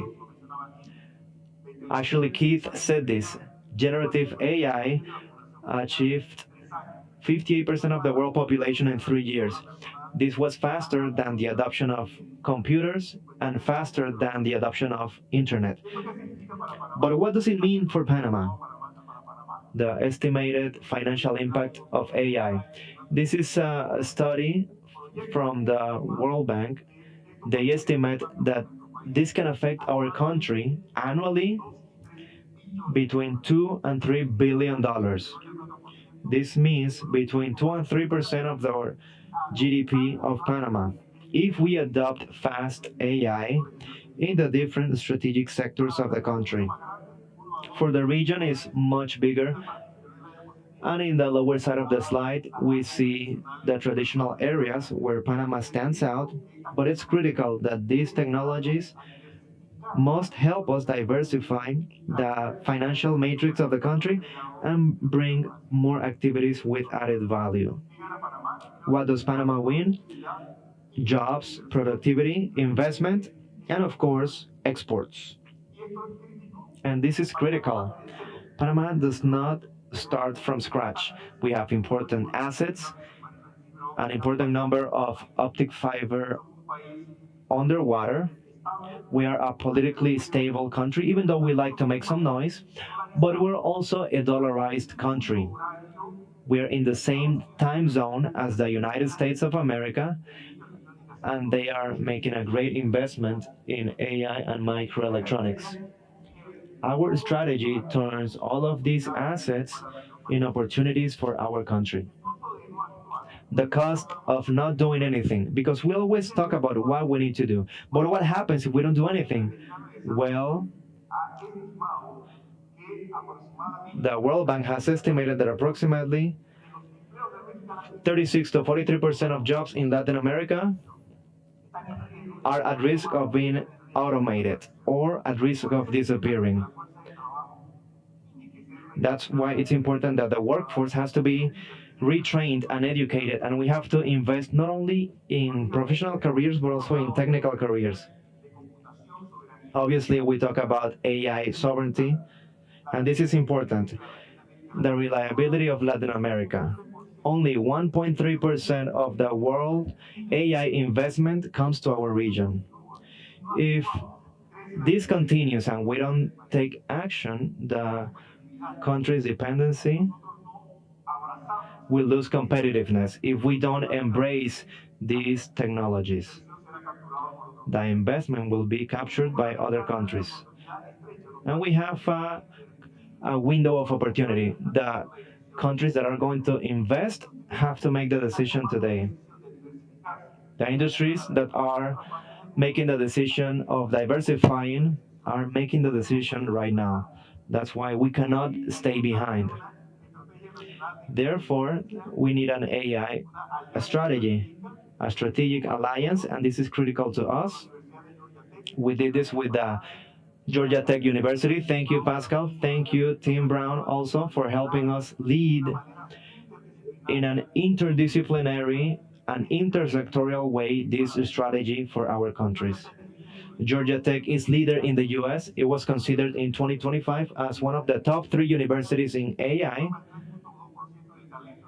They train 5.4% of the talent in United States, and we're working with Tech AI. They are a center of excellence prepared to apply AI, not only research it. That is critical and important, but we have to focus on this is AI in the real world. This initiative brings together more than 1,000 professors and students, and they drive science for AI. The process of discussion of creating this strategy was very participative. We reviewed strategies from other countries, including the one from the United States and Europe. There were sectorial interviews with leaders of government, industry, the triple axis, and we did multiple national consults. And I'll show you the data. It shows a significant number of participants, and there was a number of workshops, both online and in person. Here we have the data from a survey with the participation of more than 6,500 Panamanians throughout the country. Very young participants, actually 60% of those surveyed were under 30 years old, and around my age was only 5%. And we can see that most of the Panamanians, 69%, have a positive perspective about the impact of AI for the next 10 years, and that is good, unlike other countries that see AI as a danger. But we're not ready to adapt it to AI. Where do Panamanians see with more optimism? Where these are the three main areas: education and training. We have a great opportunity. 75% of Panamanians saw this with positiveness. Health and medicine. And what were their concerns? Loss of human control. This is a process of development of a technology that is advancing fast, but it is important that we don't lose this human control. We don't lose control of ethical AI. But 21% is concerned about job displacements and automation. It is interesting when we assess training. And of course, there's bias because most of the participants had a high degree of education. We can see, for example, on the second row, high school education. Then the white is post-degree. And look, a significant number had university education. So more than 5,000 from the plus 6,000 participants were educated. So there is bias. And of course, we use this tool online, but it gives us a vision of what Panamanians see when adopting a technology that can transform our country. So there's a paradigm between the limiting factors that we have and the opportunity that the country has. We have a deficit of talent, in fact, of investigators in the country, but we do not have enough people that are trained in different areas. Kit mentioned it. We had a deficit in computer, AI, infrastructure, data, electricity. So if you do not have them, and our data is a problem, we have a challenge that we must resolve. Data is very important because we have a lot of data. We are rich in data, but there's poverty in information. So we have to link the information. We have to have a better governance because the information is fragmented. The data is fragmented, and we do not have access to all the data that we need. So this is one of the things that we need to solve. How do we get over this limiting factor to have opportunities to turn into that hub of connectivity that we want to be in regards to AI? So we have good information and it's lodged in this country. So I know there's something that we are aware of. Indika Sapp mentioned this many times, the director, an invisible biodiversity, because we know it, microscopic, looking at trees, flowers, biodiversity, microscopic biodiversity that is invisible, of millions of microorganisms that we have studied that have a potential of being exploited that can accelerate the economy of the country. We want to turn into that digital channel. How do we close that gap and what we want to be and the limiting factors? They're principles that are fundamental, centered on people, sustainability. Panama has an energy matrix that is 70% renewables, solar panels, hydroelectrics. This is a great advantage. It is a risk as well because we're looking at this with the phenomenon of El Nino.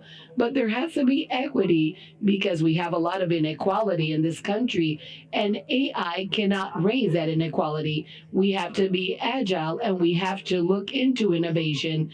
This is a proposal. How is it that we were capable of transforming the Panama Canal and building new chambers and turning into that area of logistics and also a strengthened economy? We can do this lock system to a digital channel to win the trust of those that are seeking where to be, how to utilize it to improve competitivity, and also applicable AI, and including that prosperity and competitivity that we want for the country. That is our dream. We have 6 pillars. I'm going to accelerate because I see that time is going by. And the 6th pillar of the strategy, as we already mentioned in the QR code, please download it.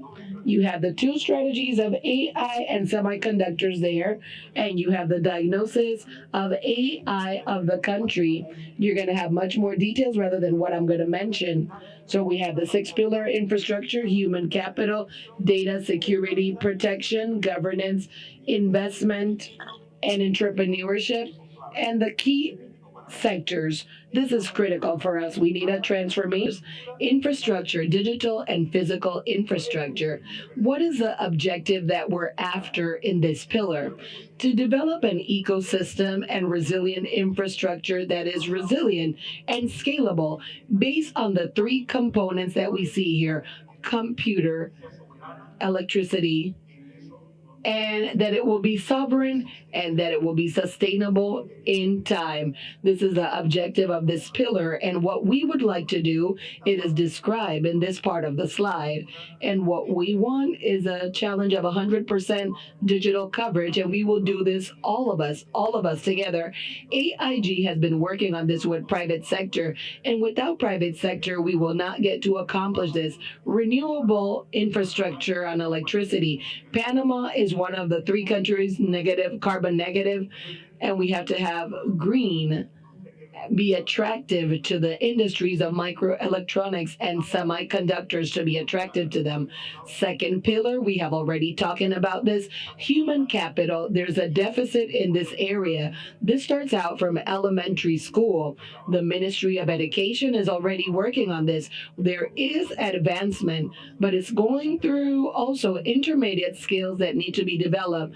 IPSE and INADE have an important role to play on this, but we cannot stop mentioning this. Workforce, we must transform it. We must train them. The workforce of the country must be trained once again, that they can have new opportunities with the new employments that are coming. The employments of the future do not exist. They're being created.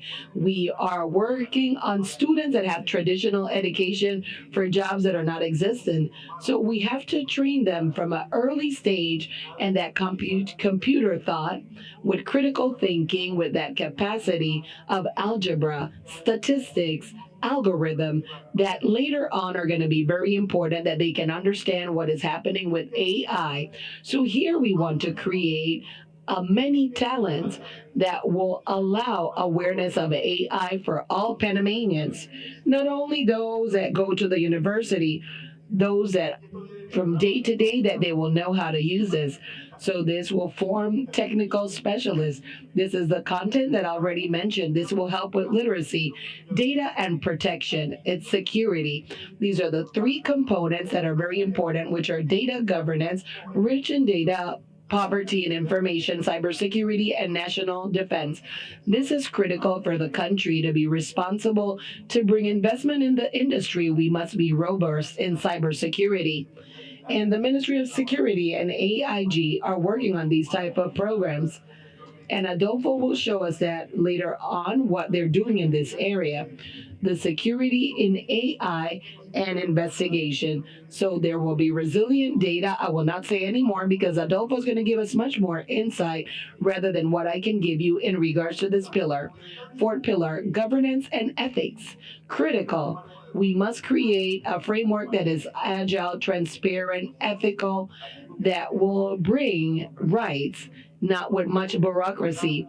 We cannot regulate with laws that are traditional, that are rigid, with a technology that is evolving so quickly that in 3 to 6 months, it's completely different than what we're seeing. Because at the moment we approve a law, it will no longer serve its purpose.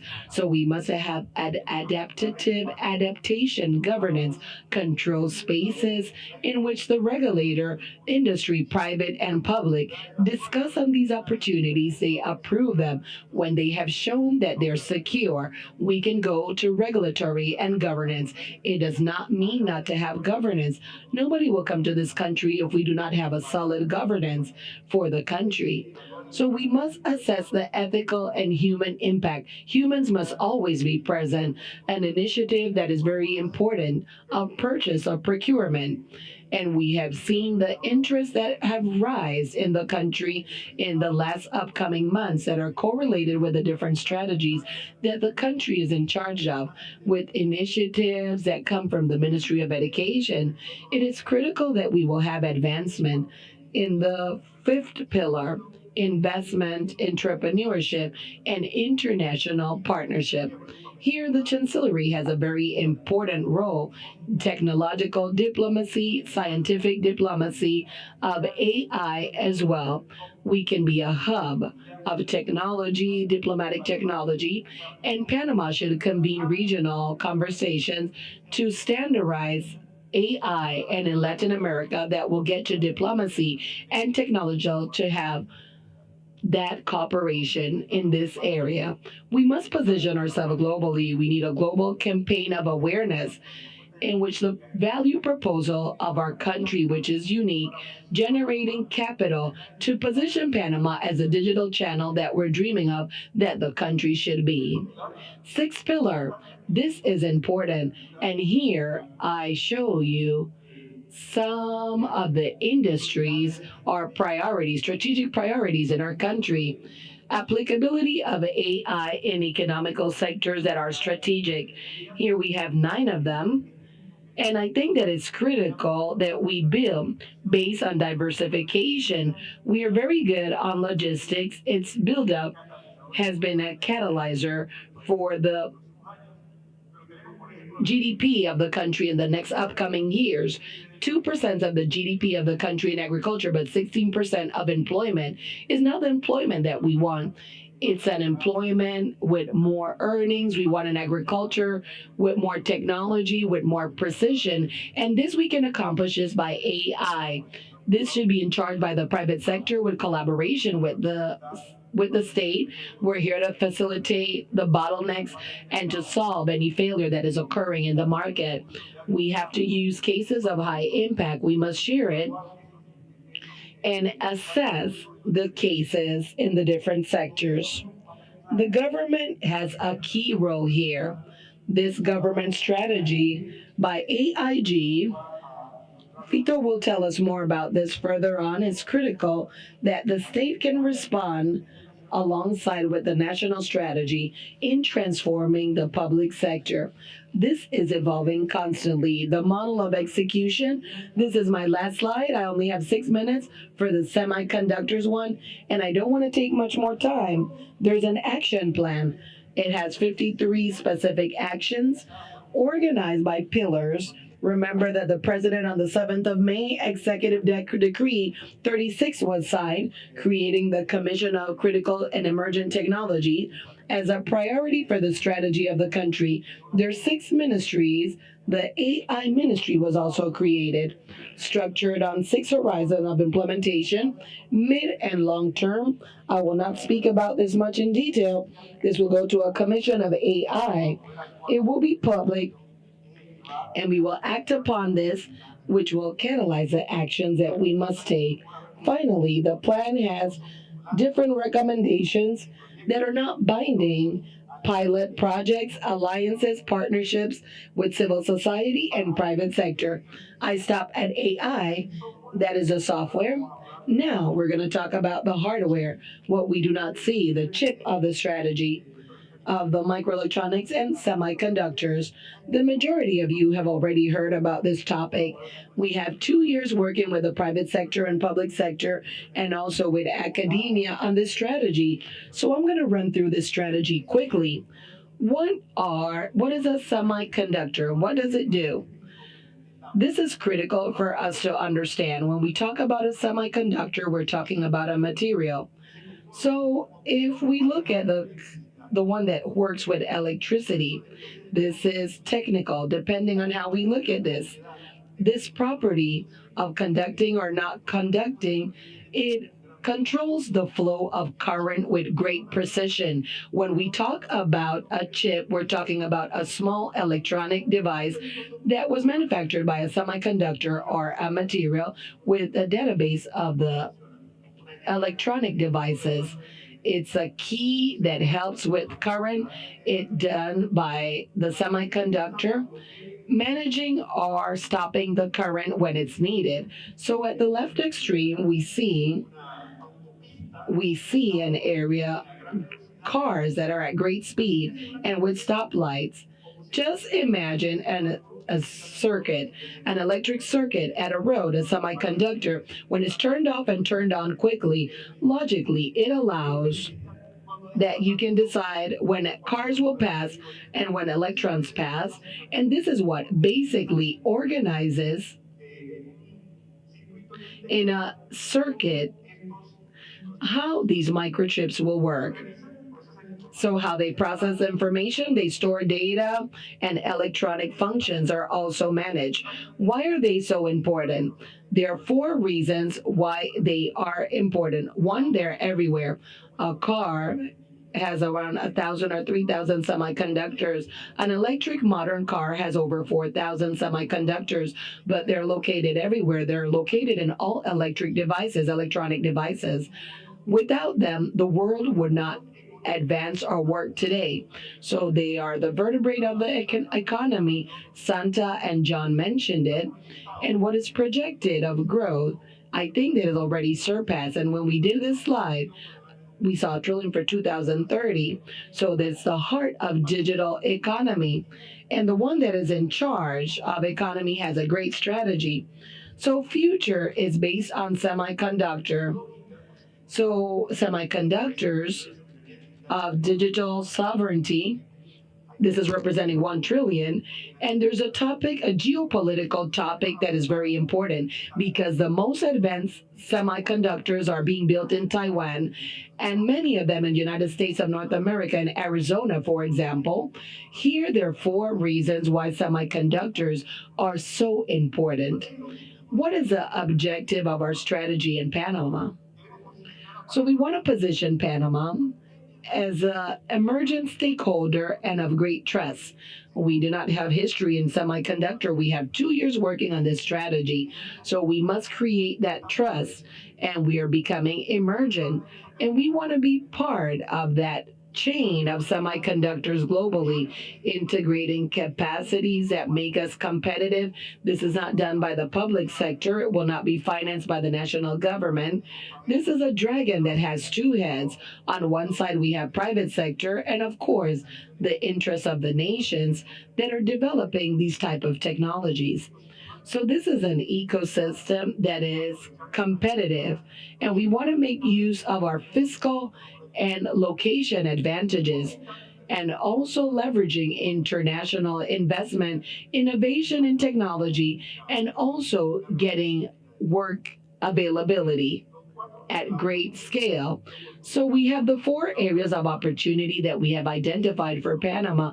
There's one based on logics, also the chain supply, that connects us internationally, the Panama Canal, the airport of semiconductors.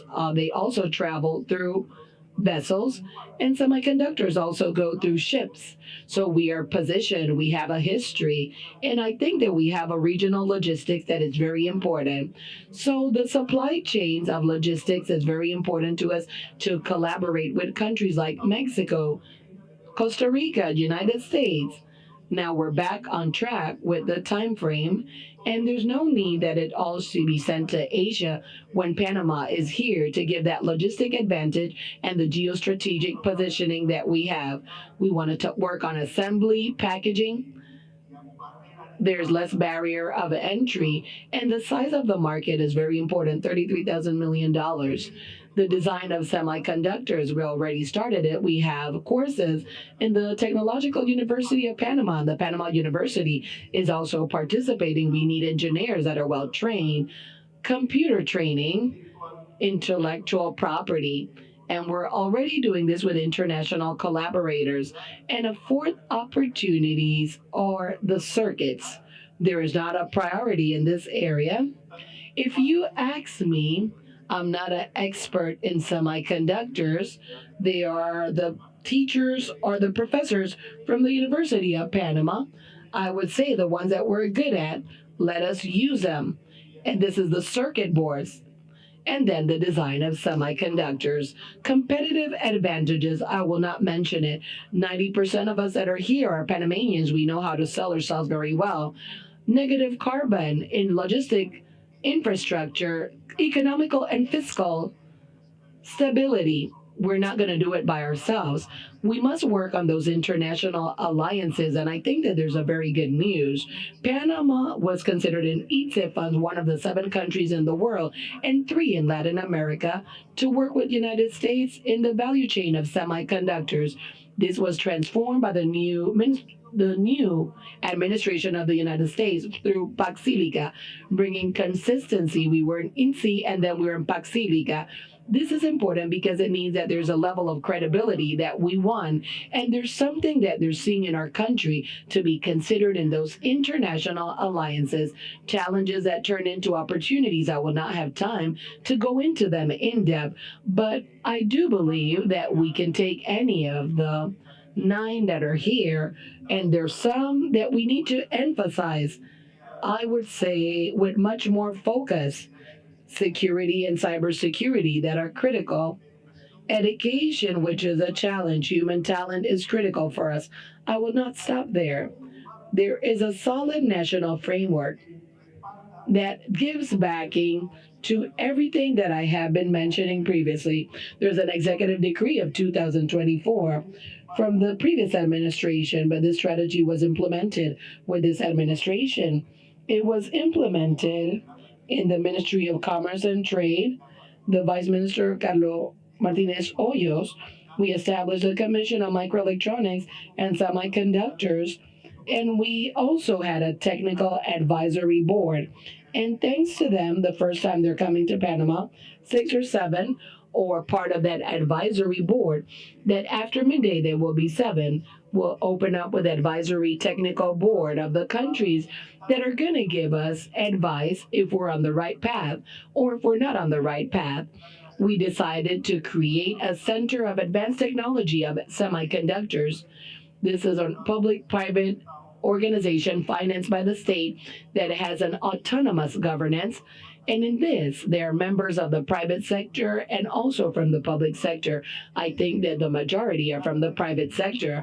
The center will have 7 laboratories, and it will be built on the main campus of the Technological University of Panama to give support to the private sector, to link with our international allies, to create that business ecosystem that we need in the country.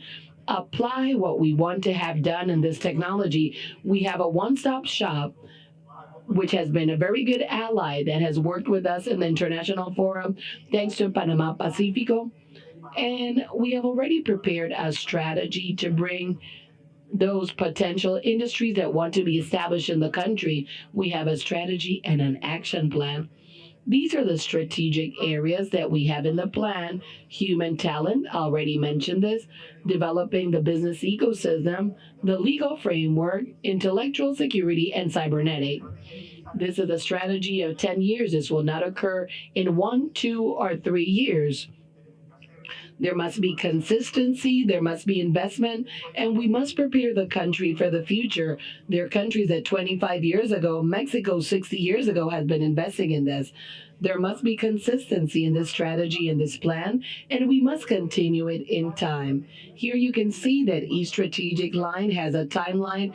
The action plan is much more detailed, and you can take each one of them in the QR code. You have it on the screen. You can download it, and this strategy is focalized on the areas that you have of interest.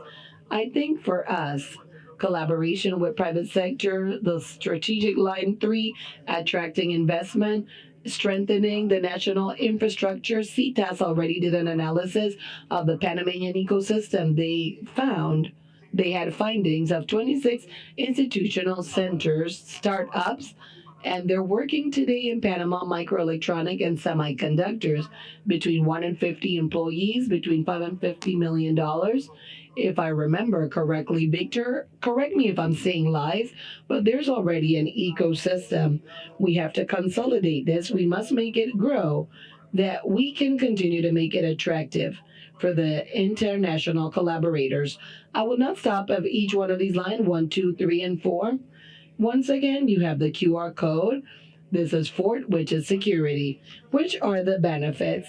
Here we have a group of them for students, professionals, entrepreneurs, academia, government, and the society.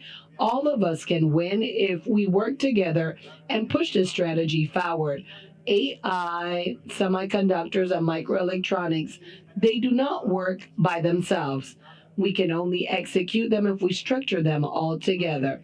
These are the key products that we will get: human talent, legal infrastructure, ecosystem, and business and security.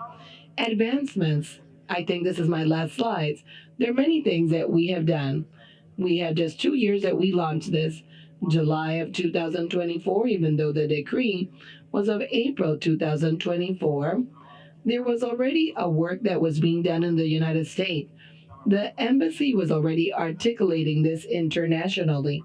So this is why we were considered in the funds ICSI. There was a diplomatic history. This is very important. The Chancellery had a critical area to cover in this.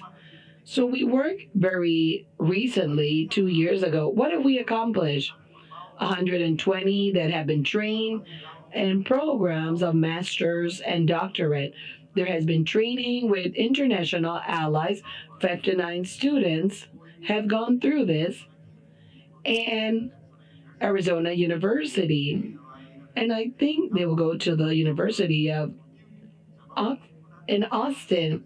We're going to have many university at the highest level. Georgia Tech is critical for us as well, where the students can choose. We have an institutionality with the commission of CTAS. Here we have the alliances. And the Semiconductor Industry Association, SEMI, and Estocuna also visited us. The World Bank, Intel. So I think we have aligned those that will collaborate, that will work alongside with us, that currently we require more collaboration, more of a win-win. So they must win and we must win. So we have international positioning, missions at Jalisco, Costa Rica, Arizona, Semicon West, the biggest Congress of Semiconductors, 25-26. We will go this year, and also of OCDE, of OECD, and also visitors that we mentioned previously.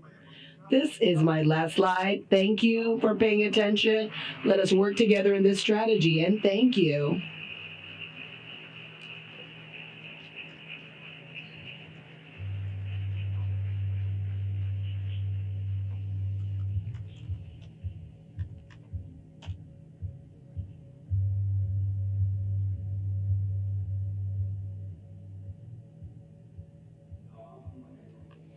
Ladies and gentlemen, we will take a 10-minute pause while we prepare the scenario. Remember to give the equipment of simultaneous interpretation if you are about to leave.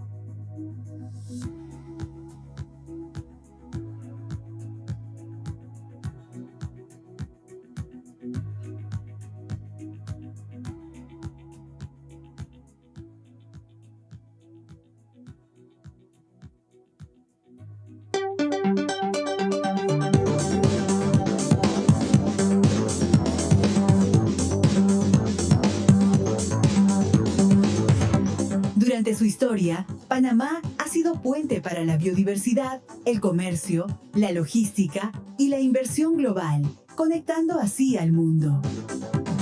Hoy, el mundo atraviesa una nueva transformación tecnológica. Inteligencia artificial, semiconductores y tecnologías avanzadas están redefiniendo la economía global. La competitividad de las naciones depende cada vez más de su capacidad para generar conocimiento, innovar y desarrollar tecnologías para el progreso. Panamá se prepara para conectar el futuro, trabajando en fortalecer las capacidades necesarias para competir en la nueva economía. Talento humano, infraestructura, capacidades de cómputo, conectividad, energía confiable y un ecosistema de innovación en expansión. El país cuenta ya con una estrategia nacional de inteligencia artificial que se enfoca en acelerar la innovación, modernizar sectores estratégicos y promover una adopción responsable en la industria, el gobierno y la sociedad. Se trabajará con una visión basada en un ciclo continuo de aprender, experimentar, colaborar y compartir.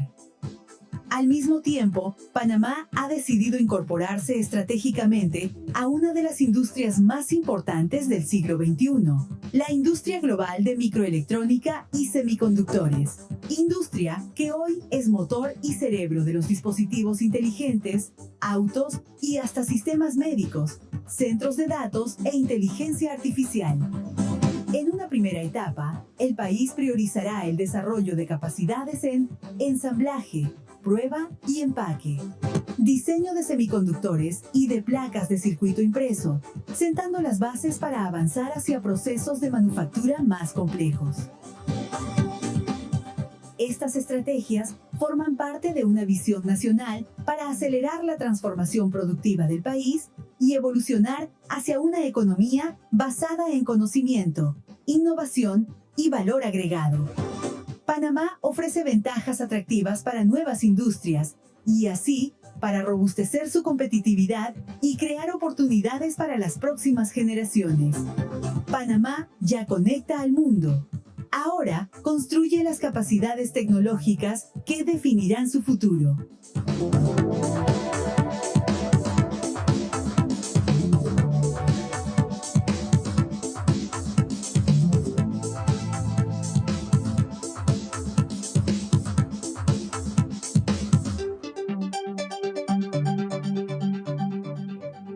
Gobierno Nacional, con paso firme.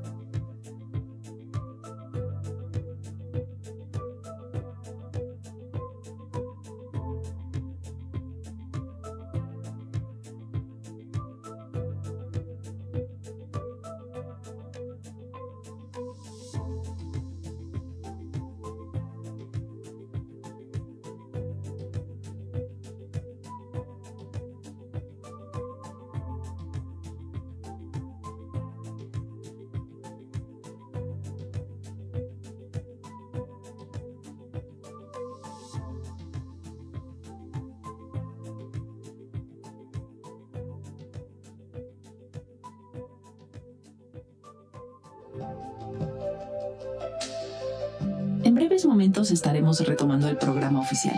Les invitamos a tomar asiento. Mantengan sus dispositivos móviles en modo silencioso. Por respeto a los oradores, les solicitamos guardar silencio durante las presentaciones. Gracias por acompañarnos y ser parte del futuro tecnológico de Panamá. We'll be getting back to the official program in just a few moments. We invite you to take a seat. Kindly ensure that all mobile devices are set to silent mode. Out of respect for the speakers, we ask that you keep quiet during the presentations. Thanks for joining us and being part of Panama's technological future.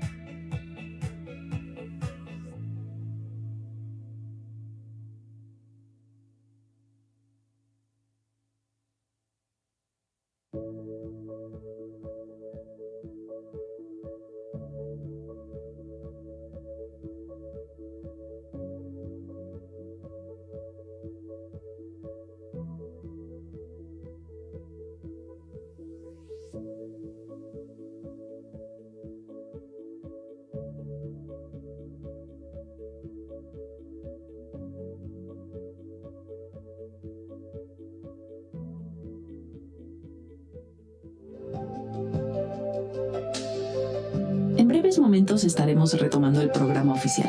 Les invitamos a tomar asiento. Mantengan sus dispositivos móviles en modo silencioso.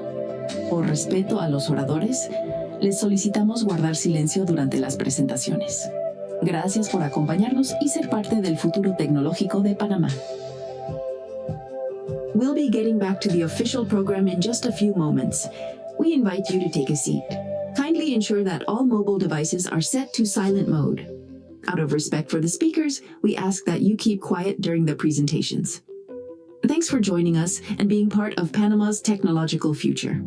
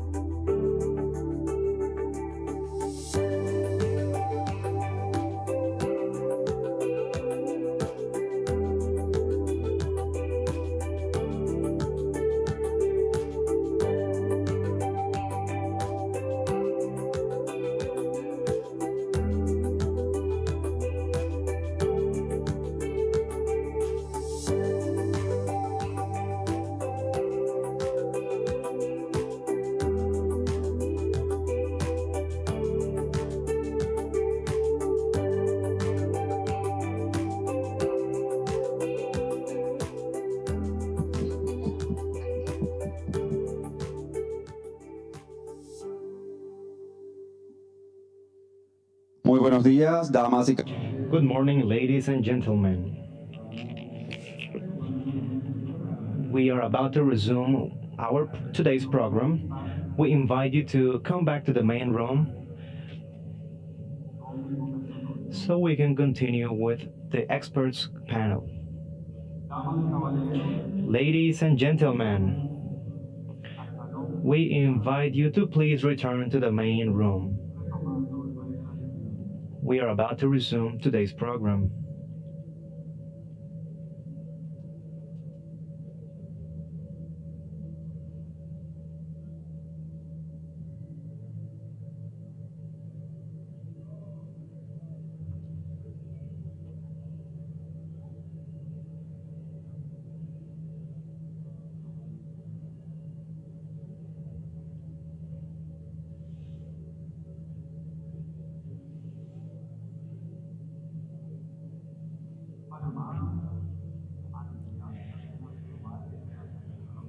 Panama ahead of global technology chains, opportunities, challenges, and routes for action. That is the topic of today's conversation. We invite you to go back to your seats.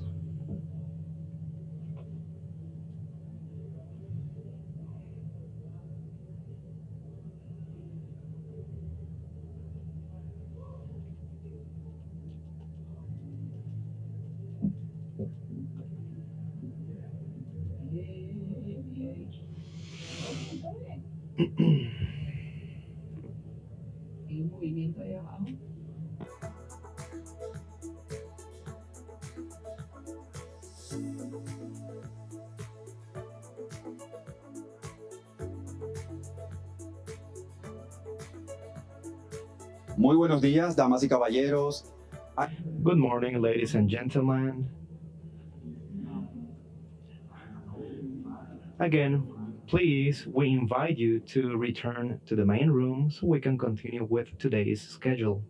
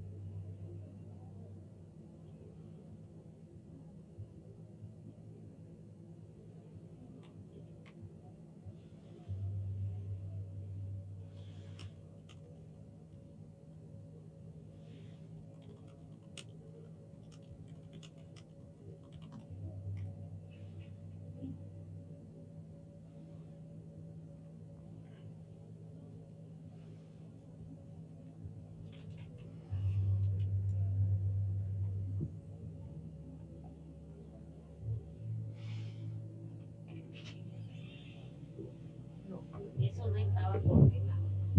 Eso no estaba solicitado.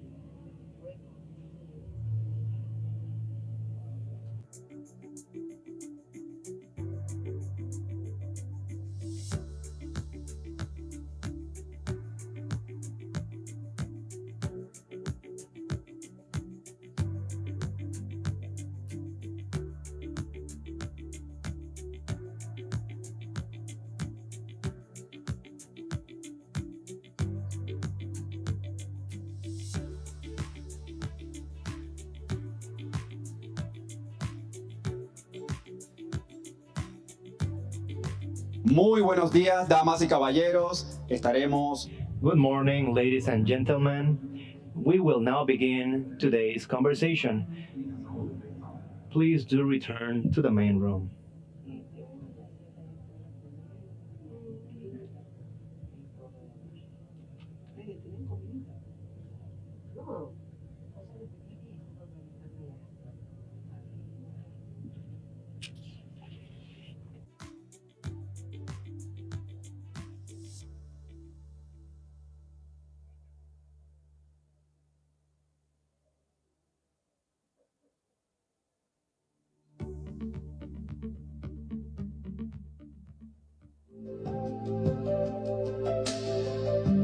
breves momentos estaremos retomando el programa oficial.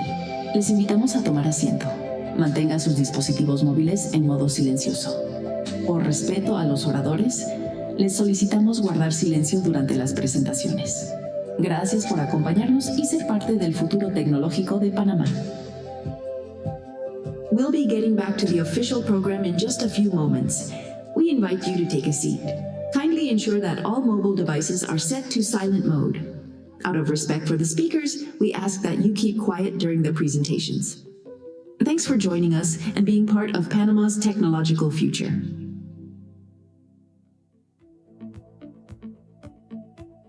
Muy buenos días, damas y caballeros. Damos inicio a nuestro siguiente bloque con el conversatorio de expertos. And now let's resume the next panel. We invite you to go back to the main room.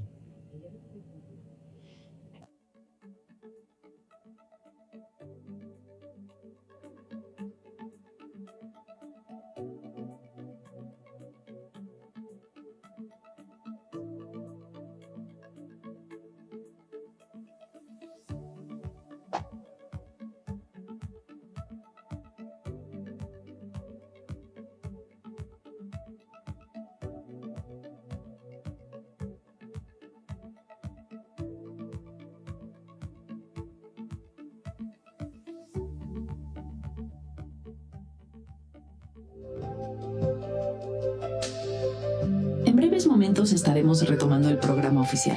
Les invitamos a tomar asiento. Mantengan sus dispositivos móviles en modo silencioso. Por respeto a los oradores, les solicitamos guardar silencio durante las presentaciones. Gracias por acompañarnos y ser parte del futuro tecnológico de Panamá. We'll be getting back to the official program in just a few moments.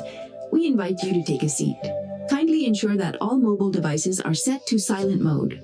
Out of respect for the speakers, we ask that you keep quiet during the presentations. Thanks for joining us and being part of Panama's technological future.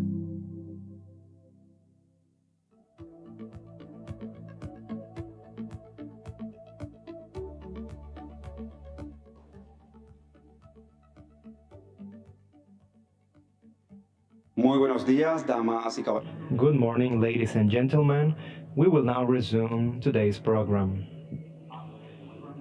This agenda opens new opportunities for students and professionals with training and scholarship programs for AI, semiconductors, and microelectronics.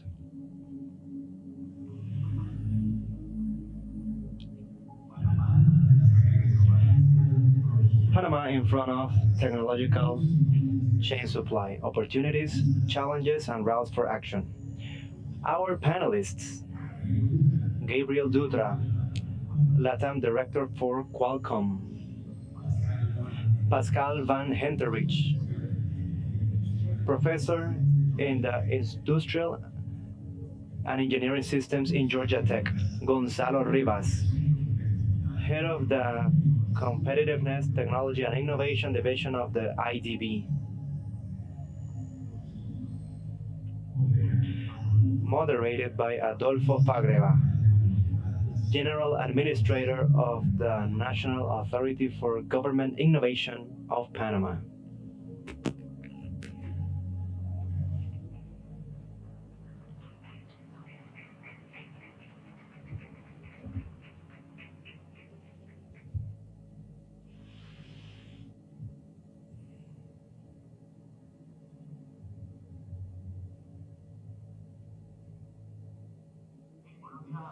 Good morning, everyone.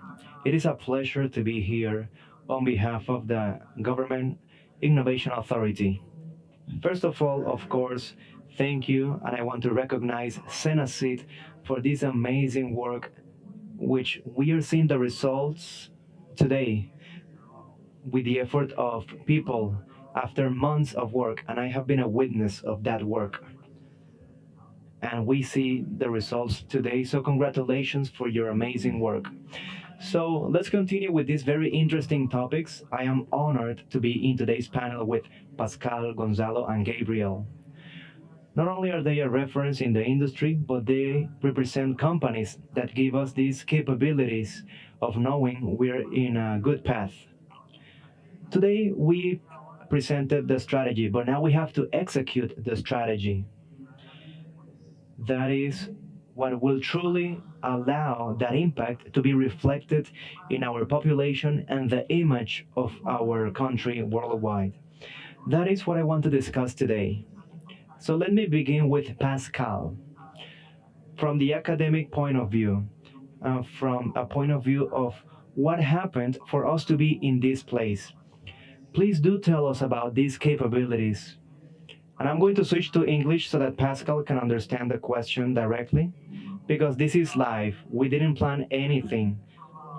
Standpoint in terms of your academic expertise and in terms of what you have been able to see in Panama throughout this process, what do you think are those factors and capabilities that Panama has that can put us on the map and that can actually take us from what we believe we can do to the actual reality of what Panama can accomplish? Yeah, thank you, Adolfo. First up, I want to congratulate Panama and Senacid on this amazing strategy. I want to congratulate, Dr.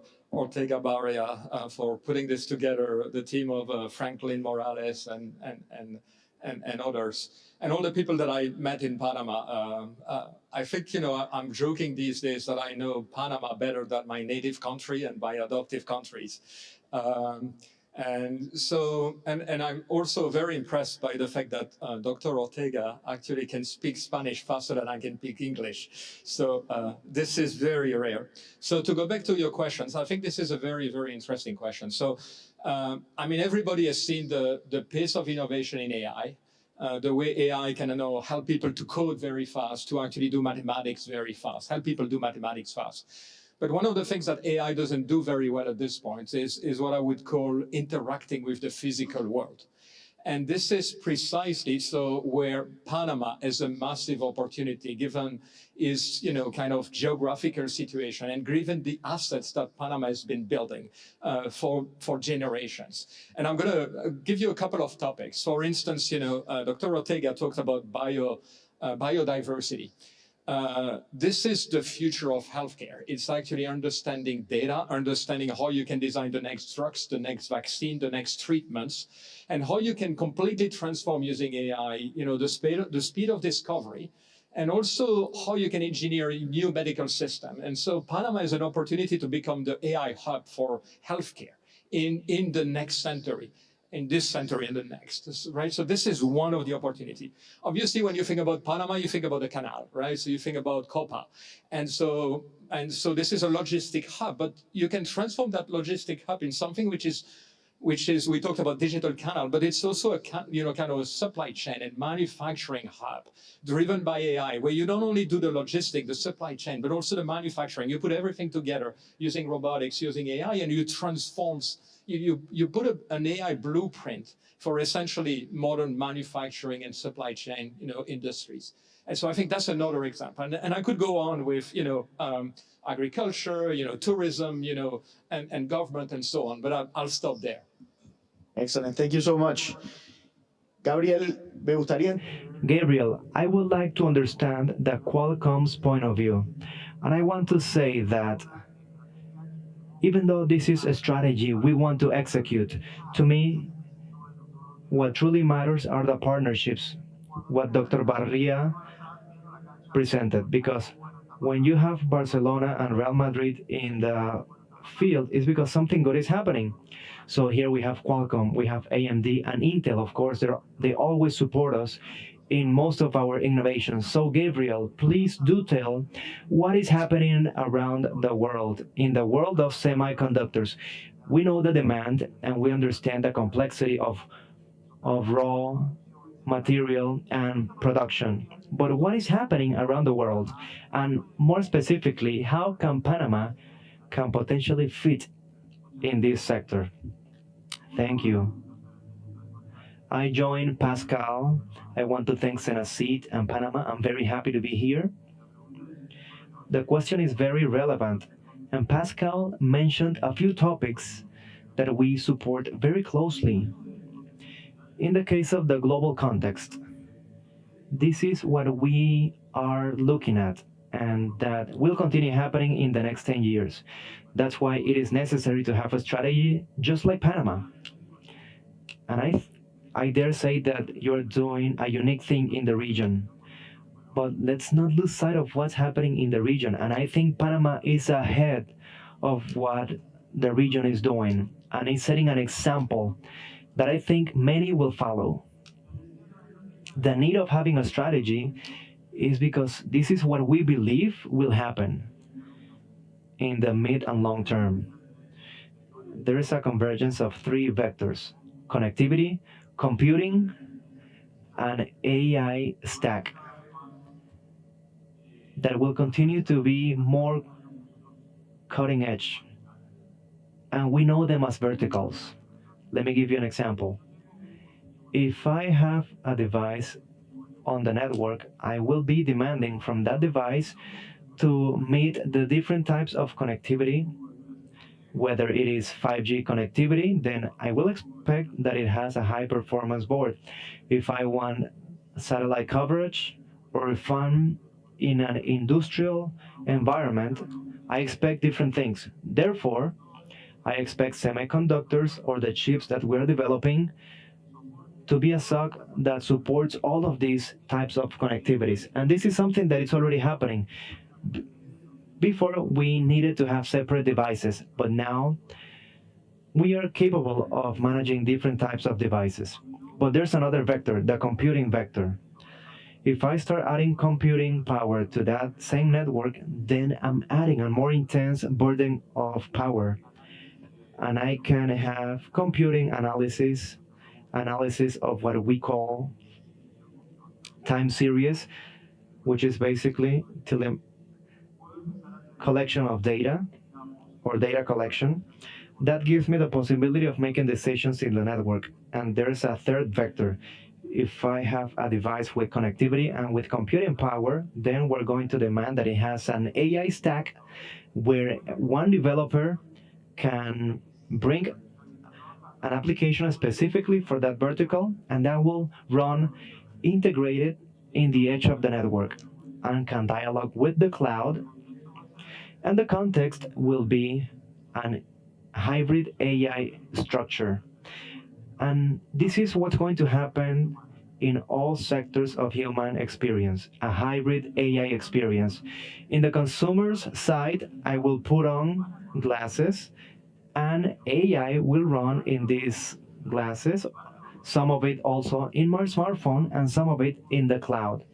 This decision of what runs where is what will be developed in the next 3 years. This is what we call AI agents, and that will apply to consumers or to the industry. It will also apply to the motor industry, where cars will come with a defined software. So what we see in the industry is a convergence of computing, AI, and an hybrid AI architecture. Where does Panama fit? It fits precisely in the application of AI, where we see most of the potential with Panama. Just like Pascal mentioned, Panama in Latin America is the logistic reference. It is the connectivity reference. It is a location that is connected to the US and connected to Latin America at the same time, where we can start developing design companies, AI developers, middleworks. So there are a lot of connection points for Panama, as long as there is a strategy implemented. That is what matters the most, what you're doing today, having a strategy with a roadmap, a structure, rules, because that will allow to invest and have clear expectations. Great, thank you. You just brought up important topics. For example, Panama being a reference. So, Gonzalo, I would like to ask, from the IDB point of view, you're supporting not only Panama, but you also have that capability of visualizing the world map. So, how can Panama become that reference in the different aspects we have seen in today's strategy. How does the IDB see Panama in the world map of evolution and AI and the production of semiconductors? Thank you and good morning. Again, thank you for this invitation. The truth is that we in the IDB, we are surprised and we are amazed. Why? Because in 2022, with the Dean of the University of Panama, we talked about the CHIPS Act. And they said, we want to participate actively in the semiconductors industry. And I told Galileo, he works with us. And I told Galileo, well, what do you think? And they told me, well, these guys are for real. And I say, well, let's go. And I know you're laughing, but this is what truly happened. And 4 years later, I am so impressed by the progress. Because in most countries in Latin America, when you have this conversation, well, yes, I knew about the University of Panama and Victor and these people that I have known for years, but we in the bank have been working with Cenacit and Panama for over 20 years. And it's a country that is an example for the region because they have kept a course of action in a systematic way. They have clear ideas, they have direction, and they're executing. That is the main difference, because the region is full of documents, everything in writing, but very little actions taken. But Panama did it. And I have one comment, something that I thought was very attractive by Dr. Ortega's presentation, and it's the role of AI. It has a dual role. What does it mean? As an economist, you think of production. Okay, I have machinery and I have people, and I will create products. We all know that when there is innovation, you do a lot more with less. So AI is a part of that innovation. And this is all related to the applications that have been mentioned. But this is a generic technology, just like electric power was. In order to use it in construction, education, and health, I have to generate innovation. So the way in which I do things have to change. What we are seeing nowadays is just the beginning of this stage. And that requires a lot of experimentation, unboxing, pilots, etc. And for that, having an organization like Cenacit is useful.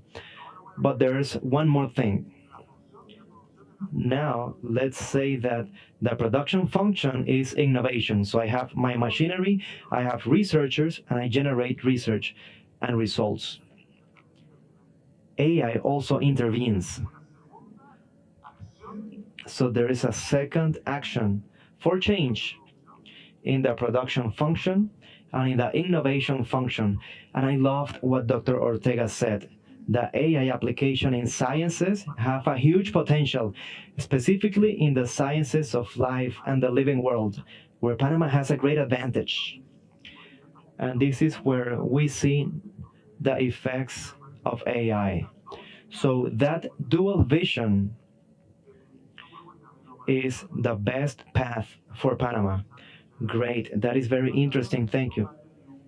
And ask you in terms of workforce, evolution, and how we can get our workforce of the next generations ready to take advantage of this AI world. I know you were deeply involved in that segment of the strategy. How do you see it? Do you think we can do it? What do we need to do today? And what do we need to keep on doing? So this is a fantastic question. And I was thinking about education yesterday night. And different countries are at different stages in education. But I think it's like we are starting from scratch, because education everywhere in the world is going to be fundamentally different in the next 5 years. Actually, not in the next 5 years, in the next year. Because AI is completely transforming how people are going to study, how you're going to test, how you're going to use the tools for doing various different things, what you are learning. It's a completely different world. And in a sense, I think the strategy that Panama has now is kind of the catalyst of saying, okay, nobody knows what to do right now, but we have a mandate to actually do something really, really novel here. And you start with K to 12, and then you continue up to the college, technical college, vocational college. Then you go to doctoral schools, and then you continue working with industry and internships and so on. So you have to cover the entire continuum of education, including upskilling the existing workforce. But you have to actually change completely the way you teach. You don't teach physics the same way anymore. You don't teach history the same way. You will have to change everything. And that's a massive opportunity. So you have to use AI for teaching. You have to obviously teach AI. But this is going to be completely different. And I think this is a very unique opportunity now for Panama to say, okay, so everybody has to reinvent education. We want to take the lead and do this in collaboration with various partners because you can't do everything alone. But I think you have an opportunity to completely reinvent education in a world of AI. And that's the opportunity in front of Panama at this point. Excellent, excellent. Very optimistic in terms of if we can start from scratch, we can do it right. So I think, I just can tell you that at Georgia Tech, there is an AI task force to see how we can actually use AI for teaching our students, because the whole thing is completely different right now, and nobody knows what to do. And so I think it's not Panama, it's everybody, but you are in a stage where you are already ahead because you have a strategy. As my colleague was saying, you have a strategy now, and so you can start executing. Excellent, thank you. Bueno, Gabriel. Very well. And Gabriel, let me ask you a question, and please be honest in terms of the reality of what's ahead of us. We have the strategy. We know that Panama has everything so that international companies can establish in Panama. What are these factors that Qualcomm would take in consideration, regardless of our government? And we say, please come to Panama. We're open to everybody, but we know how the world moves. And we know that the private sector makes decisions with the board of directors and a PowerPoint presentation, but with clear factors. So what are those, and what can we do to drive those board of directors sessions to decide Panama is the country? That's an interesting question. And the answer is not easy. If it was easy, everybody would be doing what Panama is doing. I'm going to answer from the perspective of the market. We see what companies are looking for in the market and the gap that we see. We as technology providers, if you ask me, what can we do at the company level? I would tell you that we can do everything already. And this exists already. We can have autonomous drone fleets, smart, where you don't need a pilot per drone, but you multiply and work with an orchestrator, or what we call as a manager with intention. You can also trace people, beginning with Gateways Industrial. Like I said, it has all types of industrial connectivity and computers. So when we come together with a company, we as technology advisor, we begin with the other side. What are your problems? Because there is a solution for almost all problems that companies have. I'm not saying there is a solution for all problems. I'm referring to the main problems that demand a CapEx increase or an OpEx increase or a reduction in the time to market or the customer's satisfaction. For the main problems, there is a solution, but where's the gap? It is in the application of those solutions in the different industrial environments. So where's the opportunity? The opportunity is in becoming an expert, applying AI in the different verticals. Sometimes you say, let's invest in AI. The first thing that you say is, okay, let's build a data center, right? it is not necessary. But yes, we're open to investment. There's a lot of potential for the data center market dedicated to AI and dedicated to training. Probably for training, the market is more advanced, but for inference, it is still growing. But these are big investments. You need energy, you need land, you need environmental protection policies. So it is a long-term bet that you have to place. But in the meantime, bringing AI to Panama has a lot more chapters. If I turn Panama into an applied AI hub that can be exported in a faster way with an added value, so let me give you an example. If I'm working with a logistic world company, and there's a company in Panama that has developed AI applied solutions for logistics, exporting this company to solve those problems outside of the region is very fast. And we as technology providers are the first ones that will be there. Because I can say, okay, they already applied it, they used our technology, they know the market, they know the model to produce results with an AI model, and it's a trusted partner for this company that is trying to do so, but in another region. So, to answer your first question, which I told you it was complex, Panama has in this strategy to put together an incentives policy for applying AI.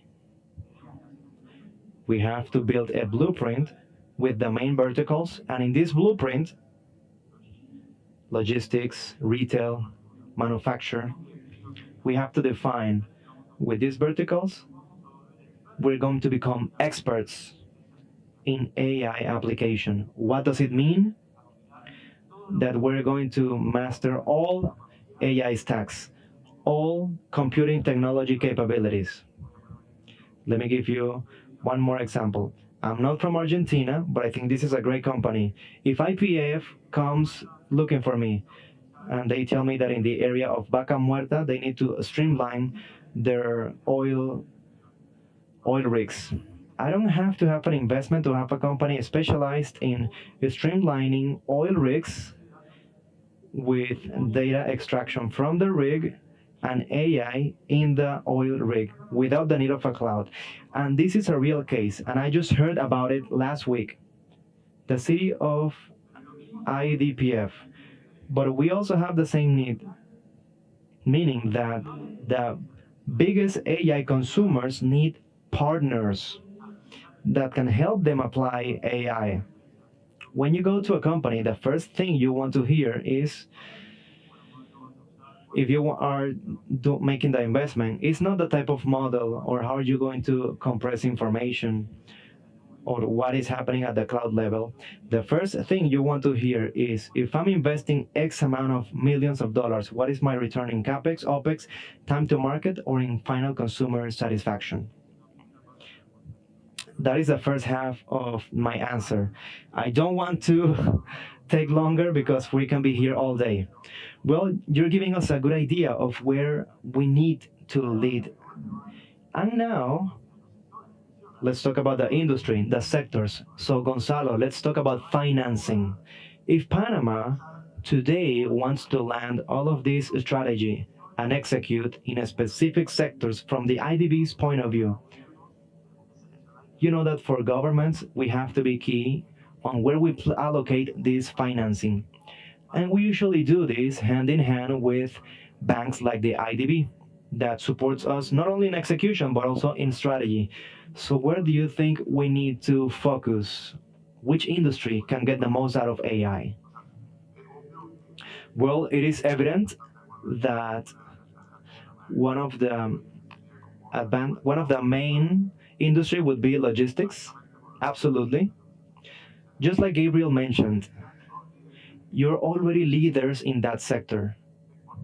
So exporting solutions applied to logistics from Panama, it's a no-brainer. Everybody will believe. But if Panama is trying to sell something where they don't have experience, it will be more difficult. So I would say the areas that have more potential are the ones where you already have years of experience with older technologies and where you have a competitive advantage. So again, logistics and biodiversity. Panama has invested a lot in bio capabilities. Panama has good laboratories for research, for science. So you continue to invest, and we're helping you with this investment. And the experience in countries like Uruguay can prove that small countries that can produce investments in niches can make significant exports and can become global players. Yes, there are a lot of areas in which Panama has potential, such as the construction sector, because Panama has increased significantly in construction. There's also BIM application in construction in Panama, so that's another good opportunity. But your country has to define this. But we, as a bank, follow your mandate. You always say that the IDB is requiring this and this and this, but no. The governments tell us what they require. So focus on these things. First, is the investment going to be profitable or not? So don't do things that are not profitable. Think about these things. Is there a demand for what I'm building? Don't build something that is not profitable. Also, focus on sustainability. You have to have a long-term vision. You have to have the commitment of the state and the private sector. That is all very important. And these are all good signs because these allow us to say, well, yes, this is a sustainable effort.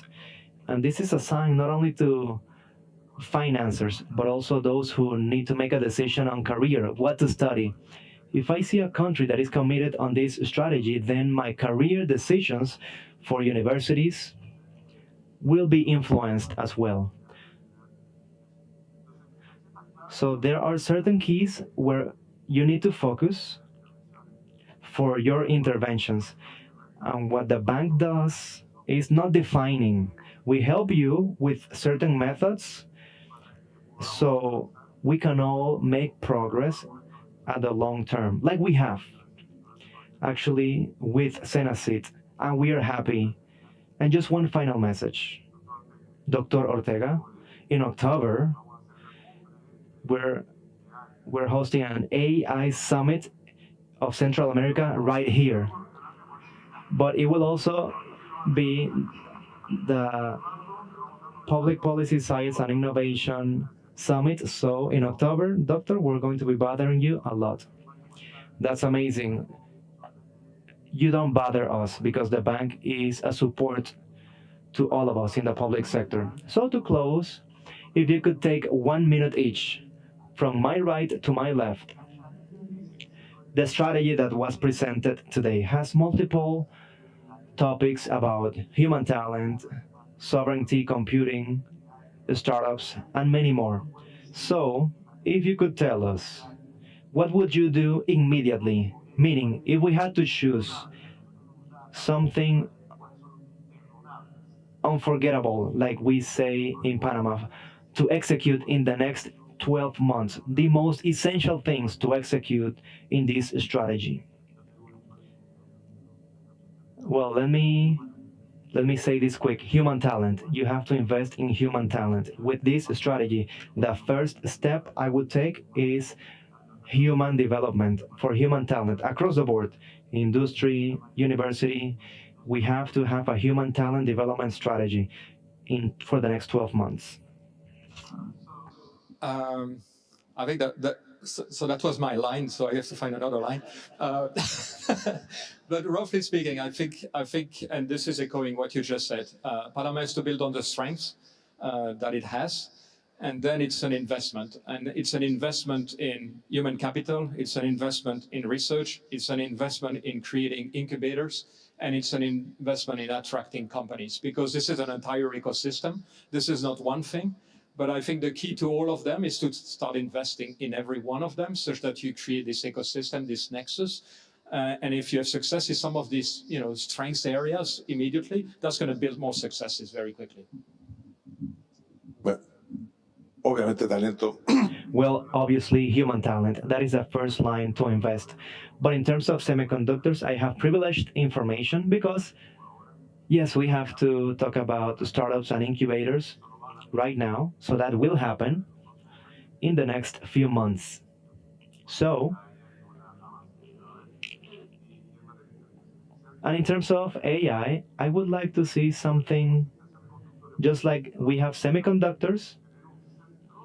We need to have an independent center that is capable of advising public authorities, but also to implement pilots with the private sector in terms of AI.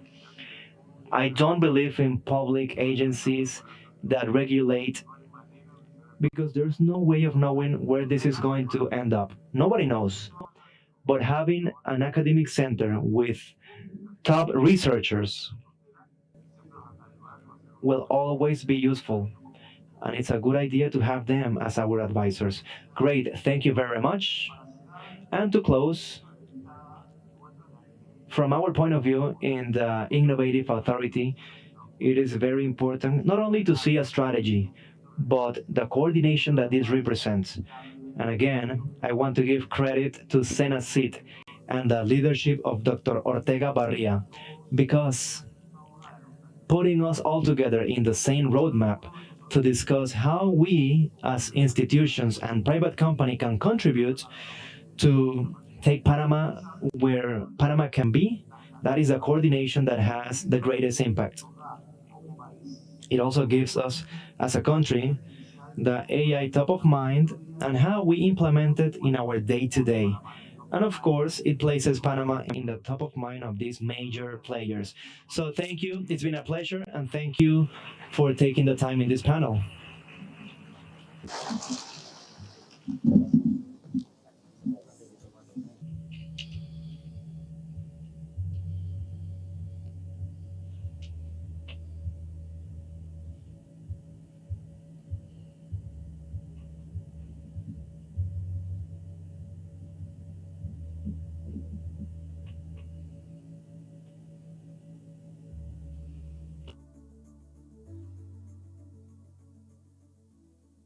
Damas y caballeros, Ladies and gentlemen, we're going to share the message from Mr. Matthias Corman, General Secretary of OCDE. Good morning. It's a pleasure to present the new report of OECD in regards to the development of the ecosystem of semiconductors in Panama. This report will support the government of Panama in the implementation of its new national strategies of microelectronics and semiconductors of AI. I will make my best effort to speak Spanish. I am still learning. I will ask your patience.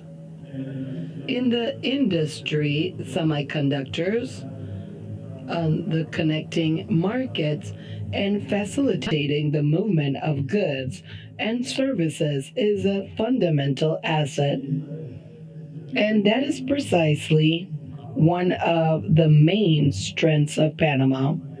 Your country has accomplished what many aspire, ensuring a position that is strategic in the global economy.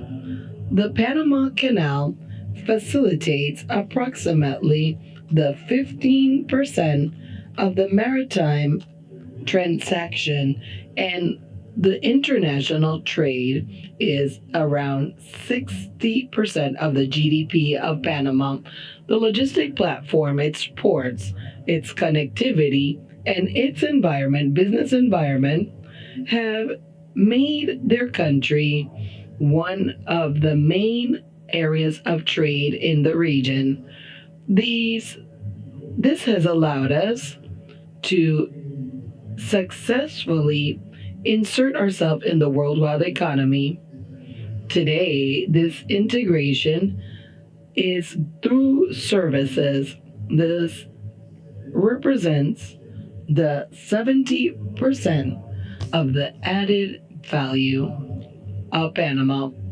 Also, with logistics and transportation and tourism, semiconductors offer the opportunity to access segments of higher value in the production. And for this, the country is well positioned.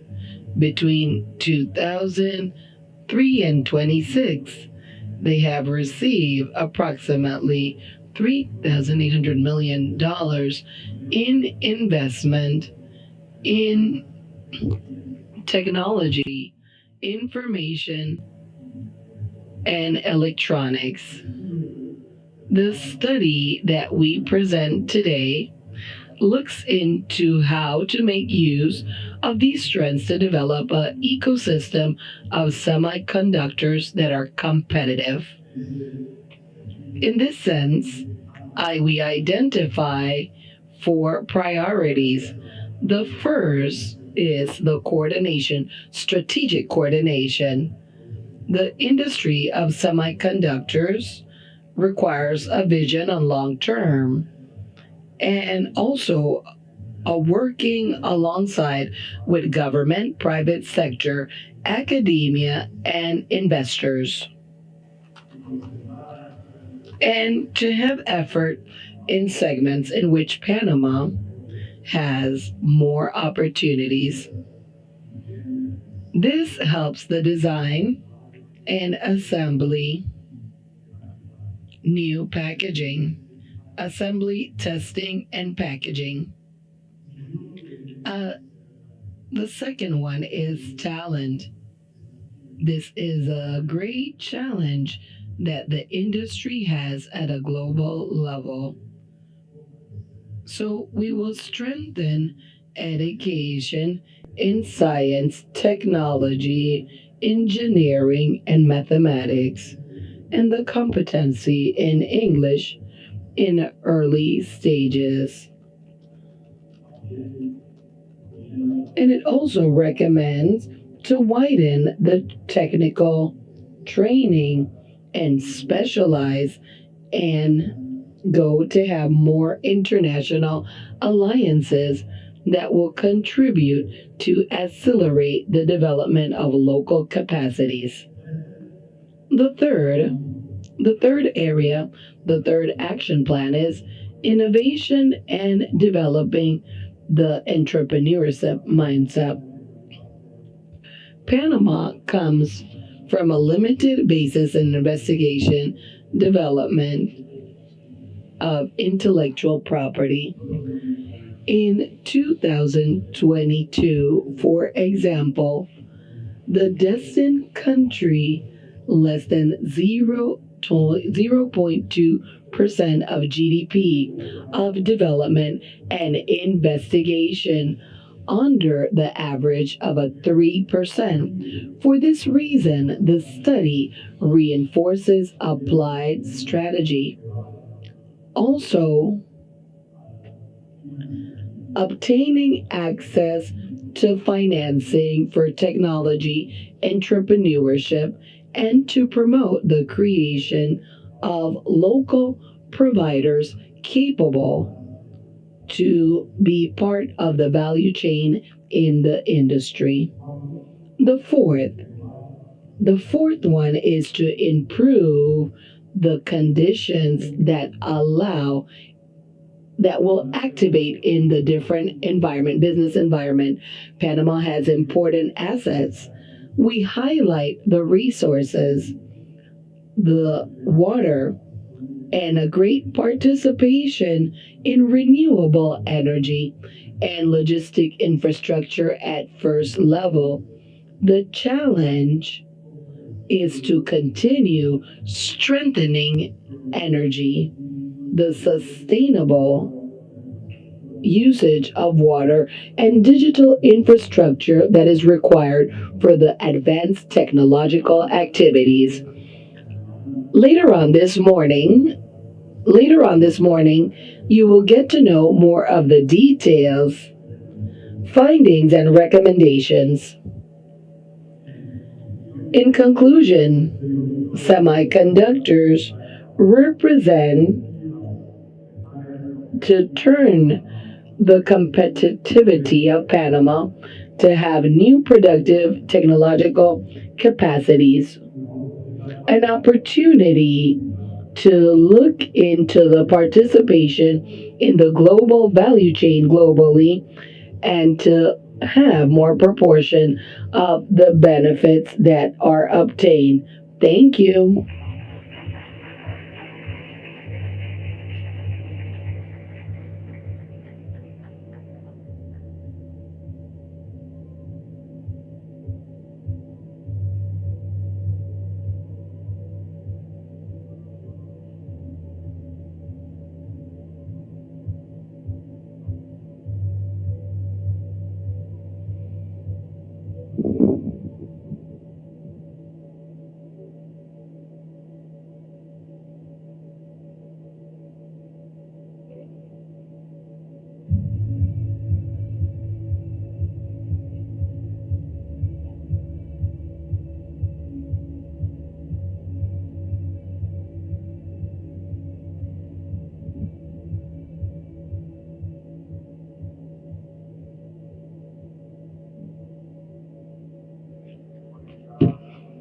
With these initiatives, Panama, other than leveraging an economy that is much more productive, innovating, and competitive, promotes human talent, the creation of employment that are specialized.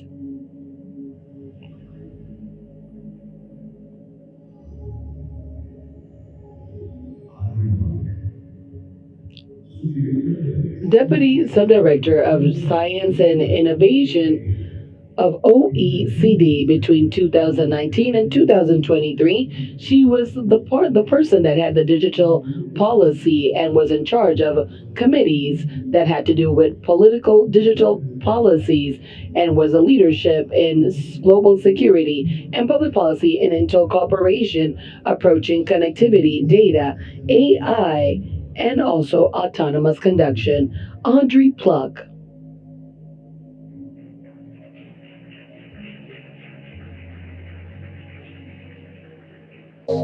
It's a great pleasure to be with you today to present our report promoting the development of the semiconductor ecosystem in Panama. I would like to thank the government of Panama and in particular Minister Julio Molto, Dr. Eduardo Ortega, and the teams at MICI and Cenacit, in particular Carlos Hoyos and Carlos Salinas, for their close collaboration throughout this project. I would also like to recognize all the stakeholders from government, industry, academia, and all these stakeholders who worked with us to contribute their expertise and insights. My name is Audrey Plunk. You obviously saw that. It was very prominently displayed on the screen, so I am grateful for that introduction. And I will also say I've been traveling around the world with 5 copies of this report, even in today's digital age. So if you so desire to have a paper copy, it would be my great pleasure to give you one. So with that, let's dive in. Semiconductors are a strategic technology. I'll skip over all the reasons that is the case because you've heard so much about it this morning. But given the importance of this industry, governments and firms around the world are looking to make semiconductors supply chains more resilient, more diversified, and more secure. So for countries that can develop the right capabilities, this changing landscape creates new opportunities. And you see that here in Panama. It's been talked about extensively this morning. The report we're launching today dives into an analysis of the opportunities and challenges, the policy levers, and the support needed to develop that ecosystem here in Panama and to further enhance the resilience of the global semiconductor value chain. So we're going to start with Panama's strengths, and many of them have already been evoked throughout the morning this morning. So first, Panama, notably thanks to the Panama Canal, has a unique position in the region as a hub for international trade. It boasts excellent transportation, logistics, and infrastructure, a very strong seaborne transportation infrastructure with several port terminals in the Pacific and in the Caribbean. This strong transportation infrastructure recently benefited from the expansion of the Tocumen Airport, which is completed by the multimodal air and maritime transport hub in Balboa, Panama Pacifico International Airport. And although Panama has yet to integrate into the global semiconductor value chain, its enabling regulatory framework for international business is an excellent starting point. This includes specialized economic zones, which provide important incentives and prospective foreign investors in semiconductors and related manufacturing and services activities. And last but not least, Panama demonstrates a strong political commitment to advancing the semiconductor ecosystem. I think you can't get better than having the president open your event on semiconductors. This is illustrated also by initiatives to promote talent, research, and innovation, and a strong institutional framework, much of which has already been detailed today. So today's launch of the National Strategy for the Development of Semiconductors and Microelectronics is a key milestone in the development of a semiconductor ecosystem in Panama. So that's the strengths, and the recommendations in this report also follow 4 threads, and I'll hit them at a high level and then go a little bit into detail. The Secretary General just mentioned that we identified these 4 areas throughout the work that we've done with Panama. And the first is for Panama to leverage its strengths in logistics and transport infrastructure while ensuring reliable and sustainable utilities infrastructure. The second, and we've heard a lot about this, is investment in skills to attract talent and develop a semiconductor workforce. The third is to develop an ecosystem of local suppliers and customers for semiconductor firms. And finally, to coordinate and align incentives for the development of the semiconductor ecosystem, leveraging the Commission for Innovation in Microelectronics and Semiconductors, and supporting the implementation of the semiconductor strategy. I'll now focus on each of these areas a bit more specifically. In terms of transportation infrastructure and logistics, infrastructure is essential for a country's semiconductor ecosystem to develop and expand. Panama excels in logistics and benefits from a combination of strong seaborne, road, and air transport. However, additional efforts are needed to ensure reliable and sustainable utilities infrastructure. This includes investing in diversified low-carbon energy mix and incentivizing firms to adopt best available technologies for water and wastewater management. Panama should also leverage its strengths as a trade hub to integrate into global semiconductor value chains. As we can see on this chart, Panama has a high volume of container port traffic, surpassing large countries such as Chile and Mexico. While maritime trade is important for bulky semiconductor equipment and some materials inputs, finished semiconductors are typically transported by air.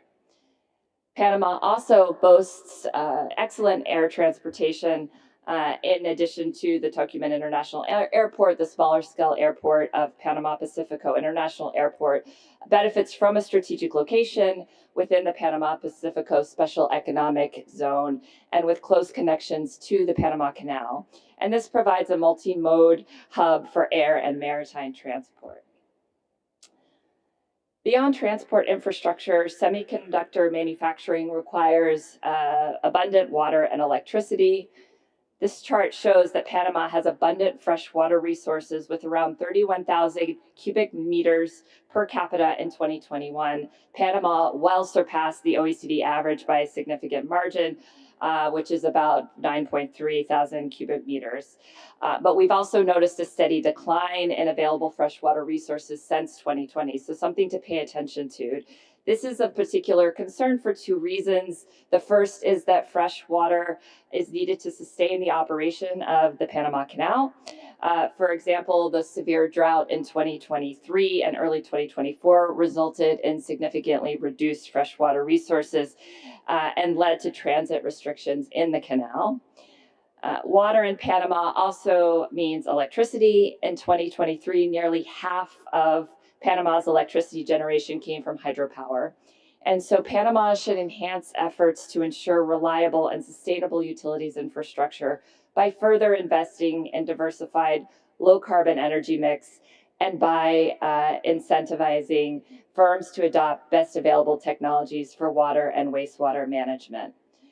Allowing firms to connect water treatment facilities to local and national water infrastructure would not only help with water infrastructure and water conservation efforts, but also with electricity generation capacity necessary to support and expand the manufacturing sector.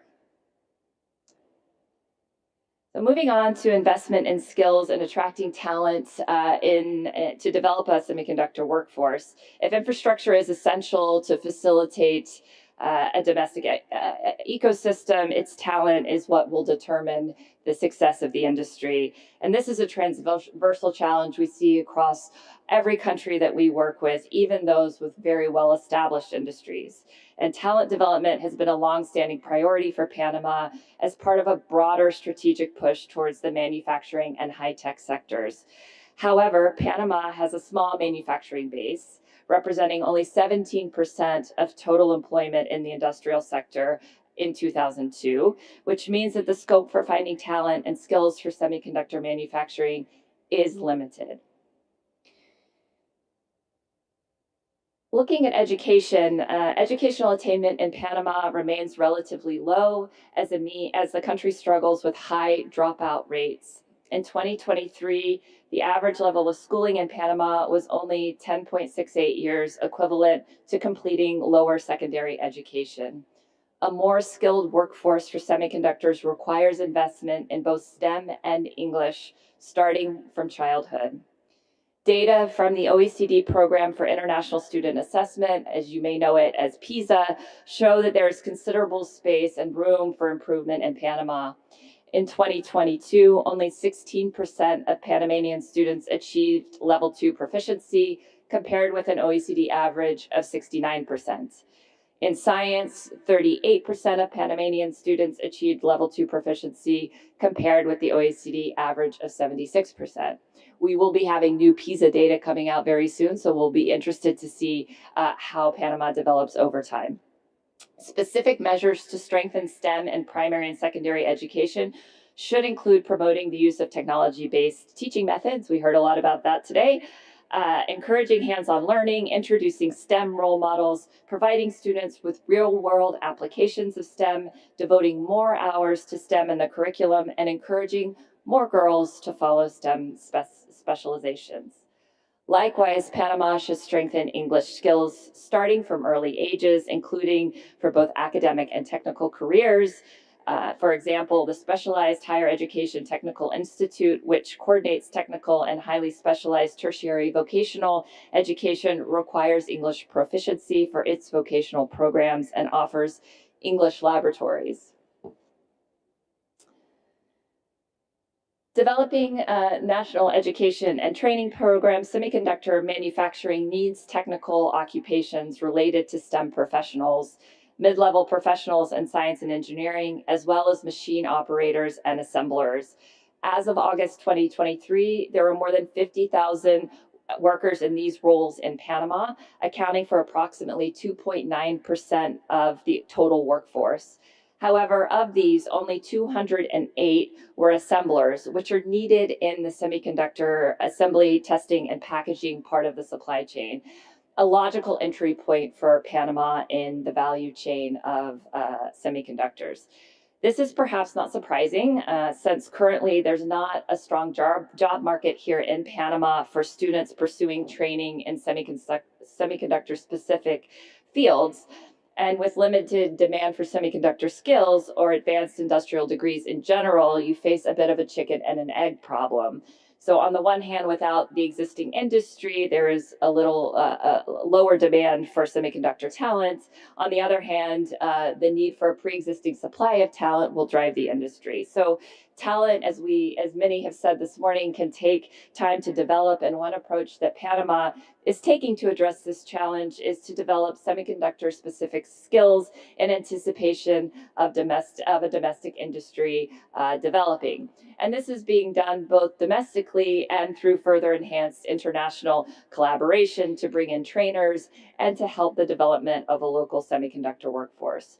There are nevertheless important risks that should be pointed out to this approach, including opportunity costs associated with the focus on semiconductor skills and the potential for labor market imbalances and for a brain drain. Mitigating these risks requires a multi-pronged approach. First, to focus on transferable skills that can be used in other industries such as motor vehicles and food processing. Second, to combine education efforts with investment in semiconductor research, innovation, and entrepreneurship to stimulate the emergence of domestic semiconductor or semiconductor-related firms, thus providing opportunities for highly qualified individuals to remain or come back to Panama. Developing an ecosystem of local suppliers and customers for semiconductor firms. I'll go back for a second. A local ecosystem of suppliers and customers will not only help mitigate the brain drain, but importantly provide a basis for amplifying the benefits of semiconductor investment. Ultimately, the objective is not simply to attract investment, but to create spillovers throughout the economy. Developing such an ecosystem requires expanding entrepreneurship training programs and incubators, better access to early stage financing, and enhanced support for semiconductor-related innovation, including by incentivizing private research and development investment in target semiconductor research. Enhanced efforts to promote entrepreneurial activity, including in semiconductor-related areas, would help strengthen the dynamism of the Panamanian economy and contribute to the development of a local ecosystem of semiconductor suppliers and customers. Such measures could also help transitions from formal employment to a potential pool of domestic talent identified in the report. Panama can tap into this burgeoning high-tech sector, which is characterized by a large share of microfirms. As you can see here in the chart, nearly 3/4 of the high-tech firms in 2022 had fewer than 10 employees, while just 2% had more than 100 employees.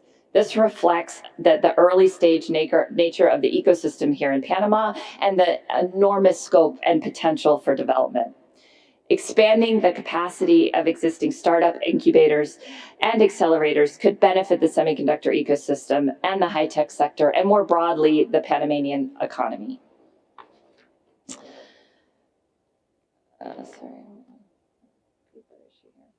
Panama could also consider expanding programs like the City of Knowledge Startup Incubator, which offers resources for entrepreneurs and entrepreneurship training, as well as implementing the plans for 3 additional business incubators and technology transfer offices.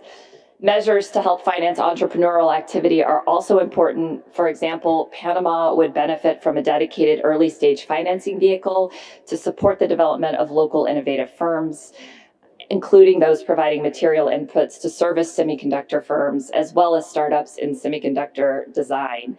The National Fund for Semiconductors, foreseen in the 2024 executive decree, could take an important role in this respect. Fostering domestic and private R&D investment and innovation activities, as well as incentivizing investment by higher education institutions, could unlock Panama's potential to boost innovation and engage in high-value activities. Panama allocated less than 0.2% of its GDP to R&D in 2022, significantly below the OECD average of about 3%, and below the regional average for Latin America and the Caribbean, which is about 0.56%.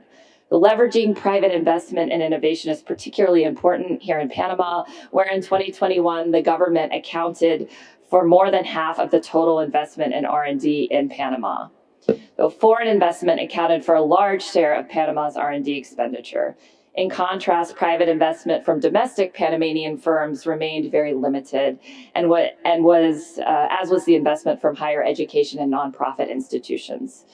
Panama's Innovation Coordinating Authority, CENACIT, has prioritized increasing this investment in R&D and technology transfer and pursued public-private partnerships that have helped enrich that ecosystem, such as public interest associations or AIPs. An exciting development for semiconductors is CTASC, an AIP headquartered in the Technological University of Panama, which is expected to serve as a semiconductor R&D center with laboratory space and project funding for technological areas that are key to the semiconductor ecosystem. This is an important milestone towards strengthening semiconductor research and innovation. And last but certainly not least is coordinating and aligning the incentives for the development of the semiconductor ecosystem. Panama has long and already established a strong institutional foundation and signaled its long-term commitment to joining the global semiconductor supply chain with the presidential decree, the establishment of the CIMS, as well as the launch of the semiconductor strategy today. The implementation of Panama's vision for semiconductors will require collaboration among all stakeholders, as well as across policy instruments, including incentives offered to potential investors. The CIMS, as the main coordination mechanism, will be instrumental to ensure the necessary coordination across different policy efforts. For example, Panama has many special investment regimes that confer benefits for firms and investors. However, some of these regimes are challenging to identify, unclear, and may overlap. Panama should look to harmonize and raise awareness of these incentives and associated requirements for potential investors to highlight the attractive business environment for semiconductor firms. A digital one-stop shop could promote this objective, as well as integrate information regarding international trade, business creation, and migration procedures. This could be complemented with a full digitalized process for business creation and business licensing. Finally, the institutional framework created by the establishment of the CIMS and its subcommittees helps ensure the development of a Panamanian semiconductor ecosystem informed by a broad range of stakeholder perspectives. Stakeholder involvement is important for both monitoring the implementation of the national strategy and assessing its impact on both the development of the semiconductor ecosystem and broader socioeconomic goals. Both monitoring and assessment will require developing the evidence base through the analysis of firm-level and other types of granular data. As we see from the event today, Panama is already well along its journey to implement the recommendations here in the report from the OECD. And this was just a very small glimpse into what I have been told is a dense report, but hopefully gives you a lot of data and food for thought as you continue along this critically important journey. And thank you for your partnership, collaboration, and you can get in touch with us here and scan the QR code to download the report, or if you'd like a paper copy, please come find me afterwards. Thank you.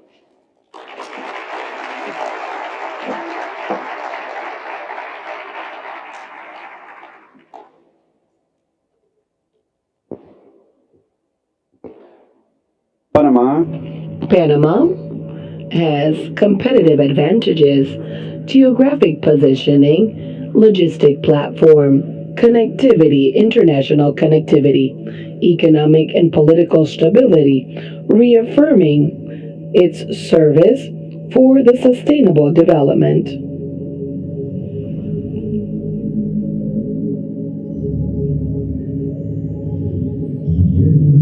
Guillermo Anjo, Regional Specialist in charge of the Parliament Scientific UNESCO for Latin America and the Caribbean economist from the University of Buenos Aires, Master in Science, Technology, and Science of Quilmes University. Also specialized in policies of technology and innovation, indicators of innovation. Guillermo Anjo.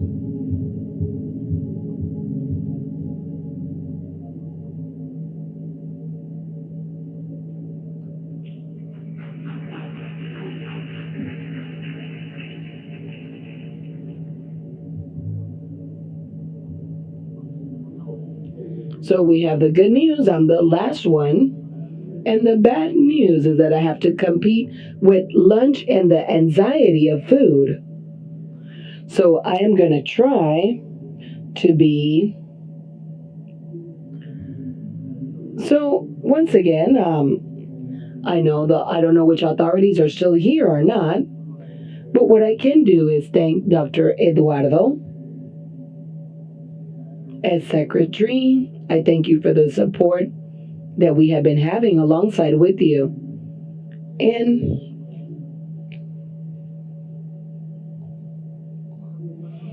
what Panama presents today in its strategies, it's a declaration, an intentional declaration that the country wants to be in the upcoming decades.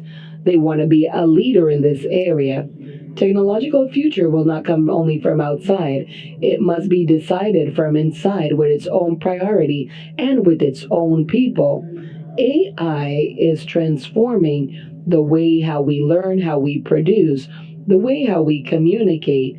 We have been looking at that throughout the day with different examples because its reach touches upon every area of life affecting society, and no country can do it isolated. You need a strategy. It will bind regulatory, economical, ethical, technological with the same vision coherent in the state. Those countries that are leaders of topics like these are not necessarily the ones that are the richest they just had a route map that was integrated. A national strategy has three purposes that no other instrument can do. First, clarifying mandates, defining who does what. That way there's no duplicity, allowing them to have coordinated efforts. Orientation to resources. Aspire turns into verifiable data and gives sustainability because a government policy becomes a state policy, capable to survive and to have long-term commitments. So this we add Panama to work on a strategy of AI alongside with semiconductors and microelectronics. This is very assertive in the times that we're living in. AI has data centers, supply centers that are in the center today of the world geopolitically worldwide. Looking at this sense, it has a lot to do with these tools. In Panama, as we see, there's similar conditions to be part of this value chain. There is my QR code for those who would like to download this report. A strategy depends on the diagnosis on what has been built. This is why I highlight ethics as part of the process for Panama. November of 2021, the 194 member states that were part of UNESCO back then, Panama adopted unanimously a recommendation of ethics in AI, which was the first legal global framework in regards to this topic. The recommendation started from a conviction that is stronger, much more today. It should be at the service of the people, for the dignity of people, and not us at the service of that technology. It's not of stopping innovation, but it's to make sure that technological transformation that comes hand in hand from this new technology widens right before eroding them, bringing down inequality rather than going into them in depth, respecting what makes our region what it is. In the recommendation, UNESCO has principles, and after this, complementary, we develop tools to implement these recommendations. The main one is methodology and preparation that is known by RAM. It's more that 60 countries that have done this assessment at a great speed.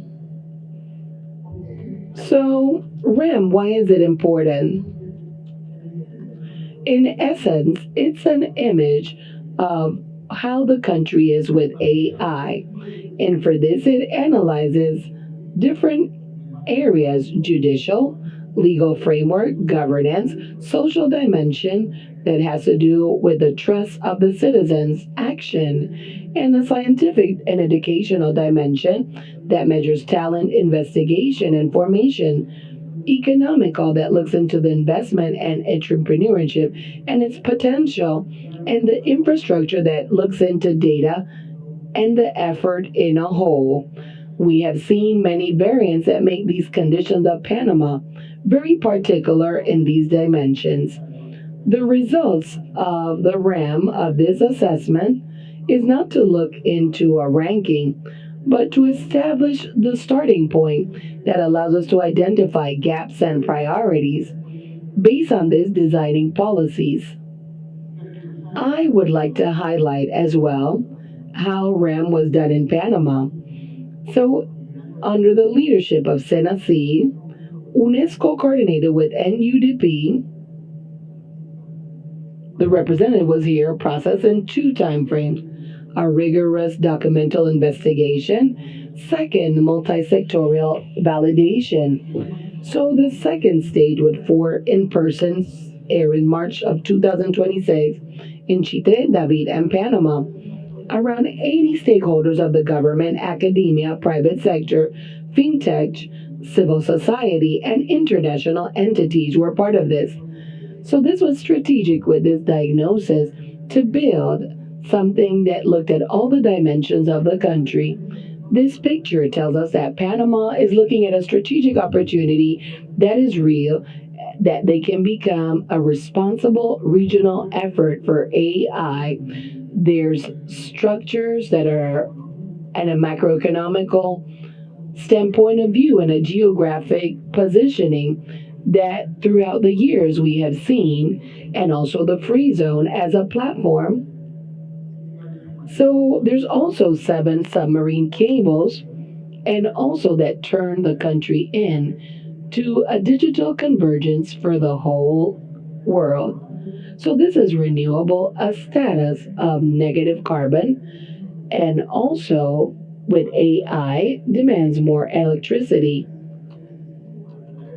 And also this is very important for the investment of infrastructure. And more than 100 active companies. It also has a social part that is being strengthened, and we must highlight this. Internet and mobile phones. This is very not common. That opens a ecosystem of AI. This is very important. So those that have been surveyed, and very important, so they plan to do it in the next year. 430 info plazas constitutes an inclusion, digital inclusion, ready for inclusion, and even up to the last areas. And the program of Ministry of Education and UNESCO, they have many teachers that have been trained, and Panama is working on this as well. The diagnosis is important for these gaps.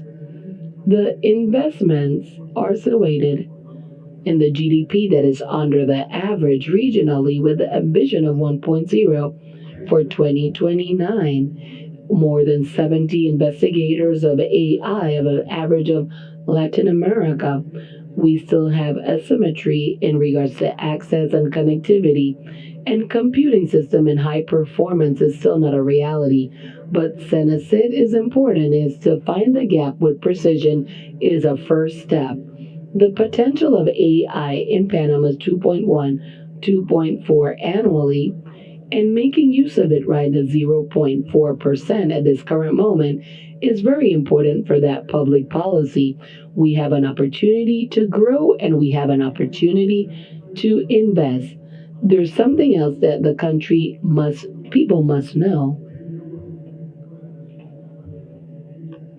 And also, the emergent policy presided by SENACID, the National Assembly approved Law 588 for adaptive governance of AI that is aligned with UNESCO with the consensus that prioritize innovation as a safeguard before choosing restrictions. Panama incorporated as a partner, strategic CGPT partner with AI that will speak with the Latin American way of speaking, and we hope we'll have the 7 indigenous languages that the country recognizes officially. So shows a commitment of this area. All this configures, and I want to explicitly mention this, an opportunity of regional leadership. Latin America and the Caribbean need references for AI adoption. Countries that demonstrate that it is possible to innovate and protect the rights at the same time. Panama has that compact stability and connectivity, and now an institutional strategy to become a reference research laboratory. A place to test sandboxes in logistics, financial services, health, agro-industry, and where the lessons can be exported to the region. A place that can aspire to be a hub of hemispheric data and modern services platform with AI components, and a country that, when adding the semiconductors and microelectronics strategy, will position the hardware chain value that will sustain the next decade of innovation. Regional leadership is built with the decisions Panama is making today. I want to close by sharing some sort of a compass, because we already said that the RAM has recommendations, but some of the 19 public policy recommendations that the report closes with, because they set the path that the strategy launched today is called to execute. The first recommendation is the one that we see today: implementing the AI public policy. Today, Panama goes from creating to implementing. The transit demands objectives, budgets, and accountability.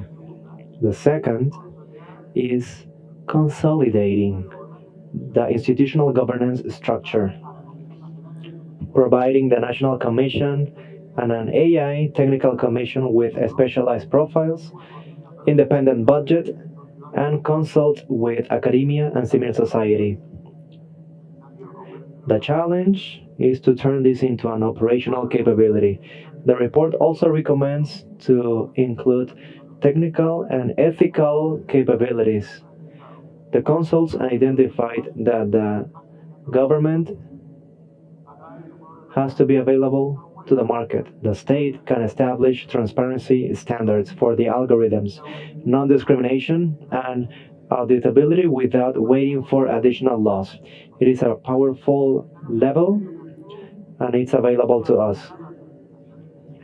The report also aims to expand AI, taking and integrating AI competences for computing thinking in the school curriculum to strengthen superior education and designing work reinvention to prepare Panamanians for the transformation that is coming.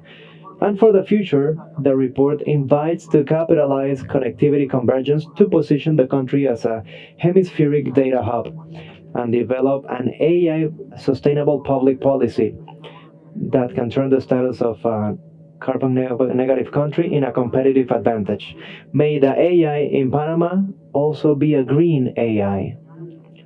Ladies, gentlemen, UNESCO has been a privileged witness of this process. And I want to recognize the leadership of Panama and Senacit, and the commitment of the Secretary and his team, and the decisive support of UNDP, and of course the dozens of organizations and individuals from the city and the country that contributed with their time, experience, and vision to the national councils. This report is a result of this effort of the entire country. It is not an isolated effort of one institution. This reminds us that technology has not a predetermined future, but is what the society wants it to be. Today, Panama has decided that AI will be ethical, inclusive, sustainable, and focused on people. You can count on UNESCO as a permanent partner, which Today, we begin following the recommendations of RAM and projecting Panama as a reference of the region for using the AI. Thank you very much.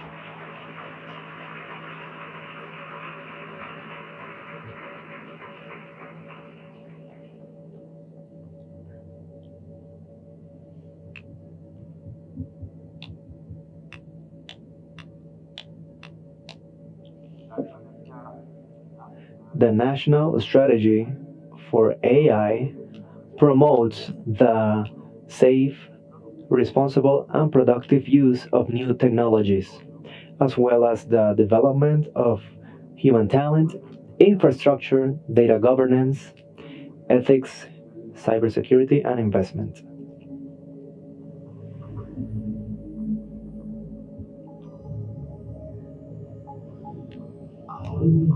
Adolfo Fábrega, General Administrator of the Government National Innovation Authority, with 20 years of experience in the technology and software industry. He is a graduate of Information Systems Engineering from the University of Notre Dame, and he has participated in the INCAE and Massachusetts Institute of Technology programs. Adolfo Fábrega.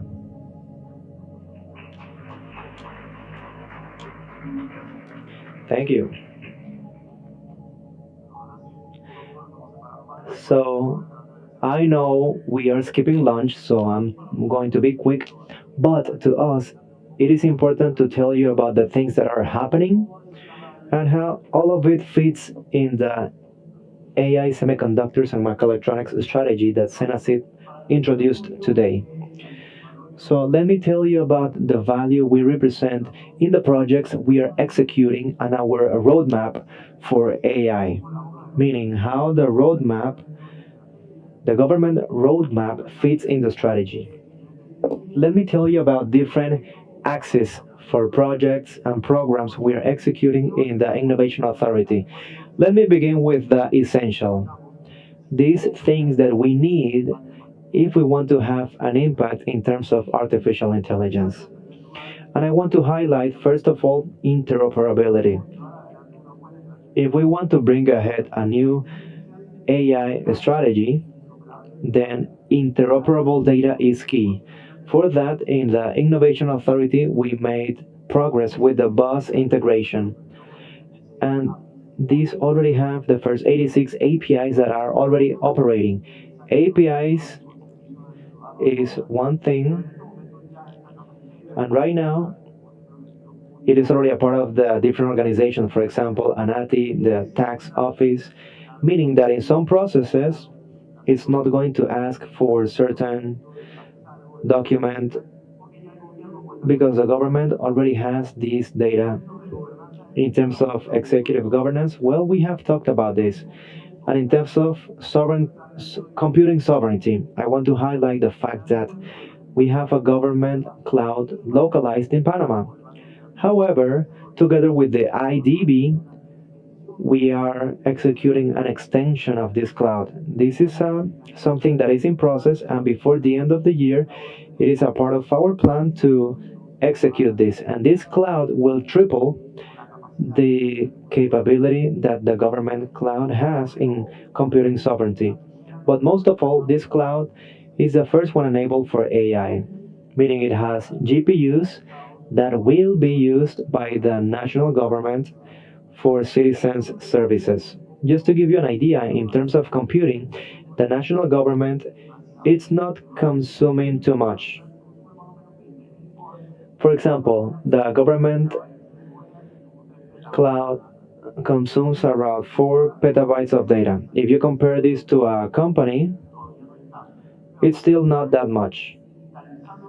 But as we digitalize services, this capability demand will increase significantly. That's why it is so important to right now triple the cloud, start adopting the fragmented data centers, and have a little bit more of control.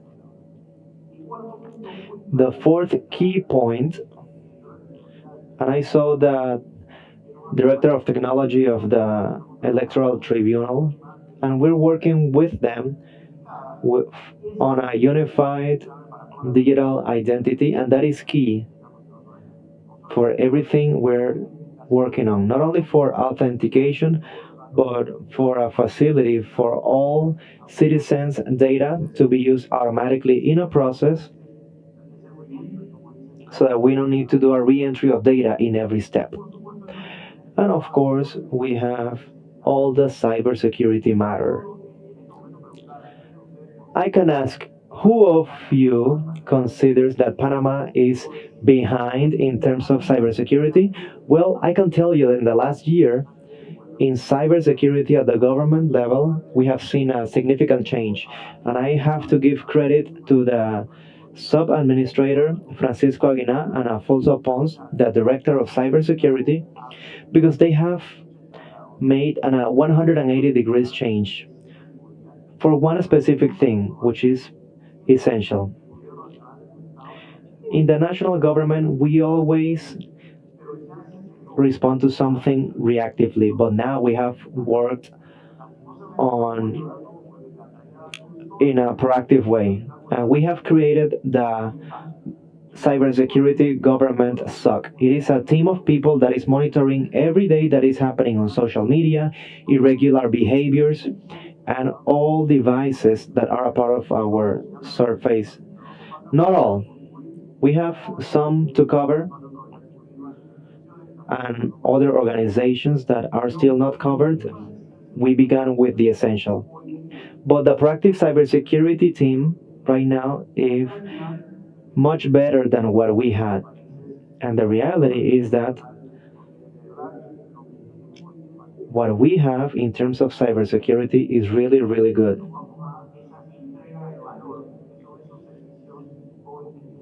And we can add value with these cybersecurity services and the talent of the workers that we are training every day at an institute that is called the Institute of Technology and Innovation, which is kind of distanced, but right now is training thousands of workers. Basically, we have AI training every day, or cybersecurity, or Excel, or Power BI, or many, many more things. But these workers are being trained, and what we aim with this is for this to be useful for our citizens through the platform Panama Conecta. Why Panama Conecta, and why is it important to us? Because if we are not able to unify services in one entry door that gives this discoverability to citizens, we're not going to achieve the impact we want. We're not going to have that capability of saying Panama is digitally advanced at the government level. Because when you fragment all of these services in different applications with different users, we won't achieve the impact we want. In fact, if we take the top 50 countries in terms of world economies, 100% of the top 50 countries of the IDB have one unique entry door to digital services. Panama does not have it. We are beginning with Panama Conecta with some anchoring services with a series of users, and we have more than 700 active users, but we're going to be incorporating more services until it is something truly usable by everybody. And finally, well, regulations and internal procurements we're working on. At the end, what we want is that impact. With the years we have left in this administration, and the goal we have for this year, 2026, is to finish the 100 digitalized processes in Panama Conecta. This will give the citizens a feeling that we truly have digitalized processes. If we add it to the digital identity for you to have one unique user for your government services, we will begin to see a digital scheme. And then in 2027, if we achieve 200, and finally, if we achieve the first 385 by 2028, the citizen will say, I do everything digitally in Panama, with basic things like where is my medication, even education, any process such as tax payments, etc. So at the end, we want this scalability to lead us to a complete digitalization of the government. But how does all of this fit? Okay, before that, I want to repeat Panama Conecta. What are we looking for in terms of processes that you, with the use of AI, can interact regardless of whether you are or not a technology user, but for everything to be centralized in one application. We already built the first application case with one user, the Panama Conecta user, with an external application, with the traffic organization. If you log into Panama Conecta, you can go to Cetrasen and you do your processes and go back then to Panama Conecta, and there you can do your Mitra del processes or AMPIME processes. It's an ecosystem that is being built little by little, and it is completely safe because that ecosystem already has the government cloud and the surveillance of the SOC. So if we accomplish all of this, regardless of what the user sees on that, what you see on the top, which is what truly impacts, then that 70%, what you see on the bottom, is what we have worked on in the last 2 years. So we have accomplished a lot, and now is when we will see that tip of the iceberg, where the citizen will truly see the impact of the strategy that is giving us a roadmap for all of us. That is the coordination that I mentioned. And I want to close with the things we're doing in the IEG that are directly connected to the strategy presented today. Many of the axes we're working on in terms of the government cloud, in terms of Panama Conecta, in terms of cybersecurity, in terms, of course, of this sandboxing testing we're doing for citizen services with AI, are directly related in the different pillars. So, again, what we discussed in the panel, we already did a lot of things. Then Senacid presented the AI draft. We worked on it with them hand in hand. And that is exactly what we were looking for at the long term and the impact. And this is what we're working on for end of year and by 2027.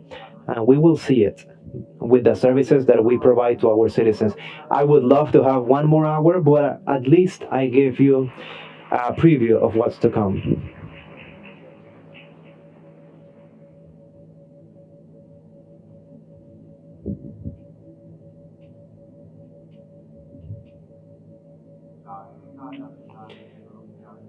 The Advanced Technologies National Agenda is a state initiative created to give answers to the main challenges of the country through the use of science and technology to a knowledge-based economy.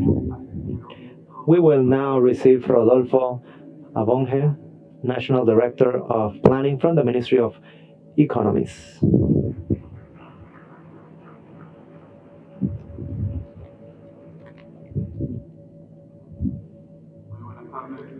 Good afternoon. Everything was already said. I have to close a beautiful event. I want to congratulate Dr. Ortega and his team. I want to say something because at the end of the day, you have seen that this is a part of multiple strategies. They have been mentioned. Again, congratulations. We have to create the National Development Strategy. And believe me that this is one of the tips that are a part of the strategy. Actually, yesterday we were doing a projection for the future because this was a strategy developed by 2050.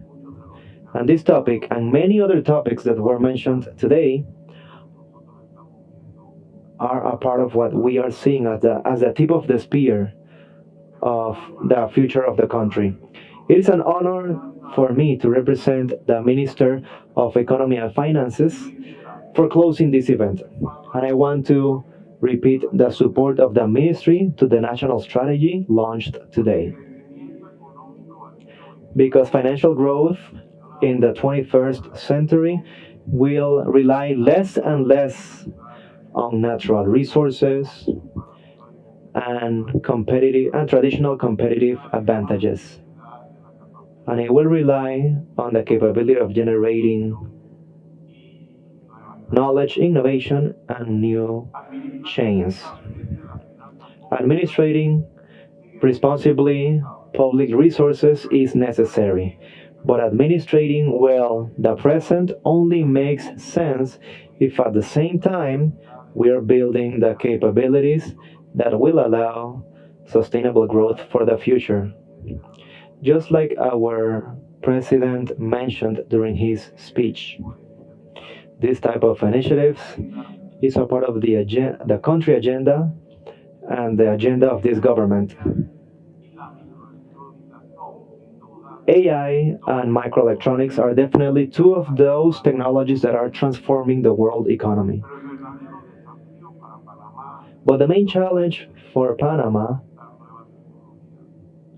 it's not about new technologies, it's about developing the capability to identify where these technologies can generate value for our country. Just like it was said during multiple presentations, we live in a world where technologies evolve really fast, value global change, are reorganized constantly, and the geopolicy define complete industries. In this context, the national strategies, and this is a message to Dr. Ortega, these cannot be static documents. They must become learning permanent processes and planning processes.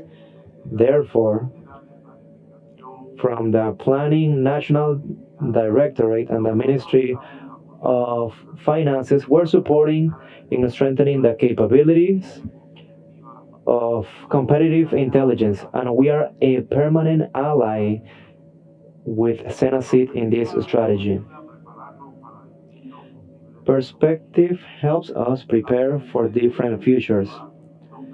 Competitive intelligence allows us to understand how markets evolve with new technologies and the international competition to precisely identify those opportunities where Panama can truly build a sustainable competitive advantage.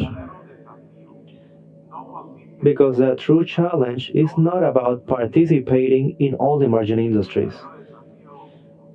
The true challenge consists in choosing well, choosing where to compete, where to invest, where with our resources to generate the best social impact. And this is what was identified in this strategy. And there's one thing I want to mention. When we talk about AI, we usually focus in algorithms, in models, and in their application. However, very little time we talk about raw material. And I'm glad to hear Fito mention data, because AI raw material is data.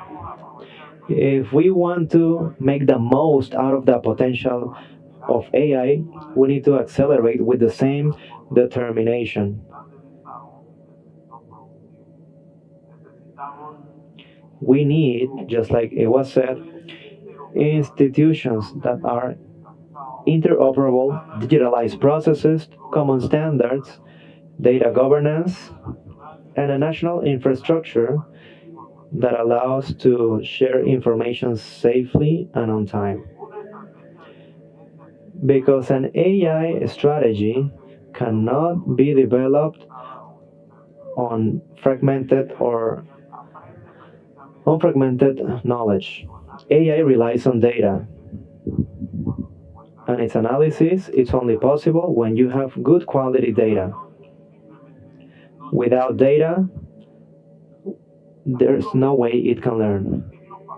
Just like in the previous century, we built roads, airports, ports, grids, all of it to connect our territory and move people and merchandise. During this century and what's left of it, we need to build a national data infrastructure that connects institutions, generate knowledge, and supports the decision making both in the private and public sector. Naturally, none of this is possible without a strong collaboration between the state, private sector, and academia. The state must create the appropriate conditions and develop institutional capabilities. Academia must train talent, generate research, and produce knowledge. And the private sector must transform this knowledge in innovation, investment, and jobs. When these three actors work in coordination, the countries will strengthen competitiveness and accelerate development. We live in a time where technology and geopolitics are redefining world finances. Then maybe the most important question is not whether Panama will participate in the semiconductor world industry. That was already answered by the strategy. The question is much deeper. What role do we want Panama to play in this new economy of knowledge that is emerging under a new world order? The answer didn't come from intuition or trends.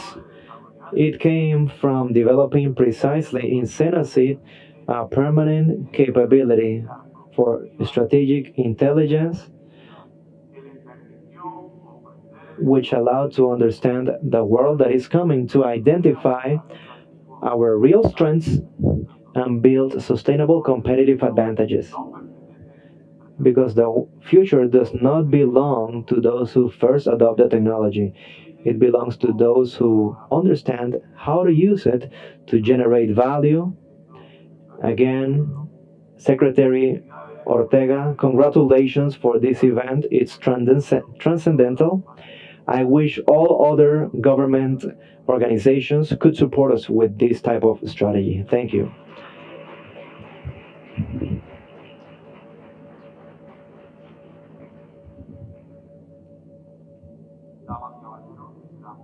Ladies and gentlemen, thank you for joining us in this official launch of the Advanced Technologies National Agenda.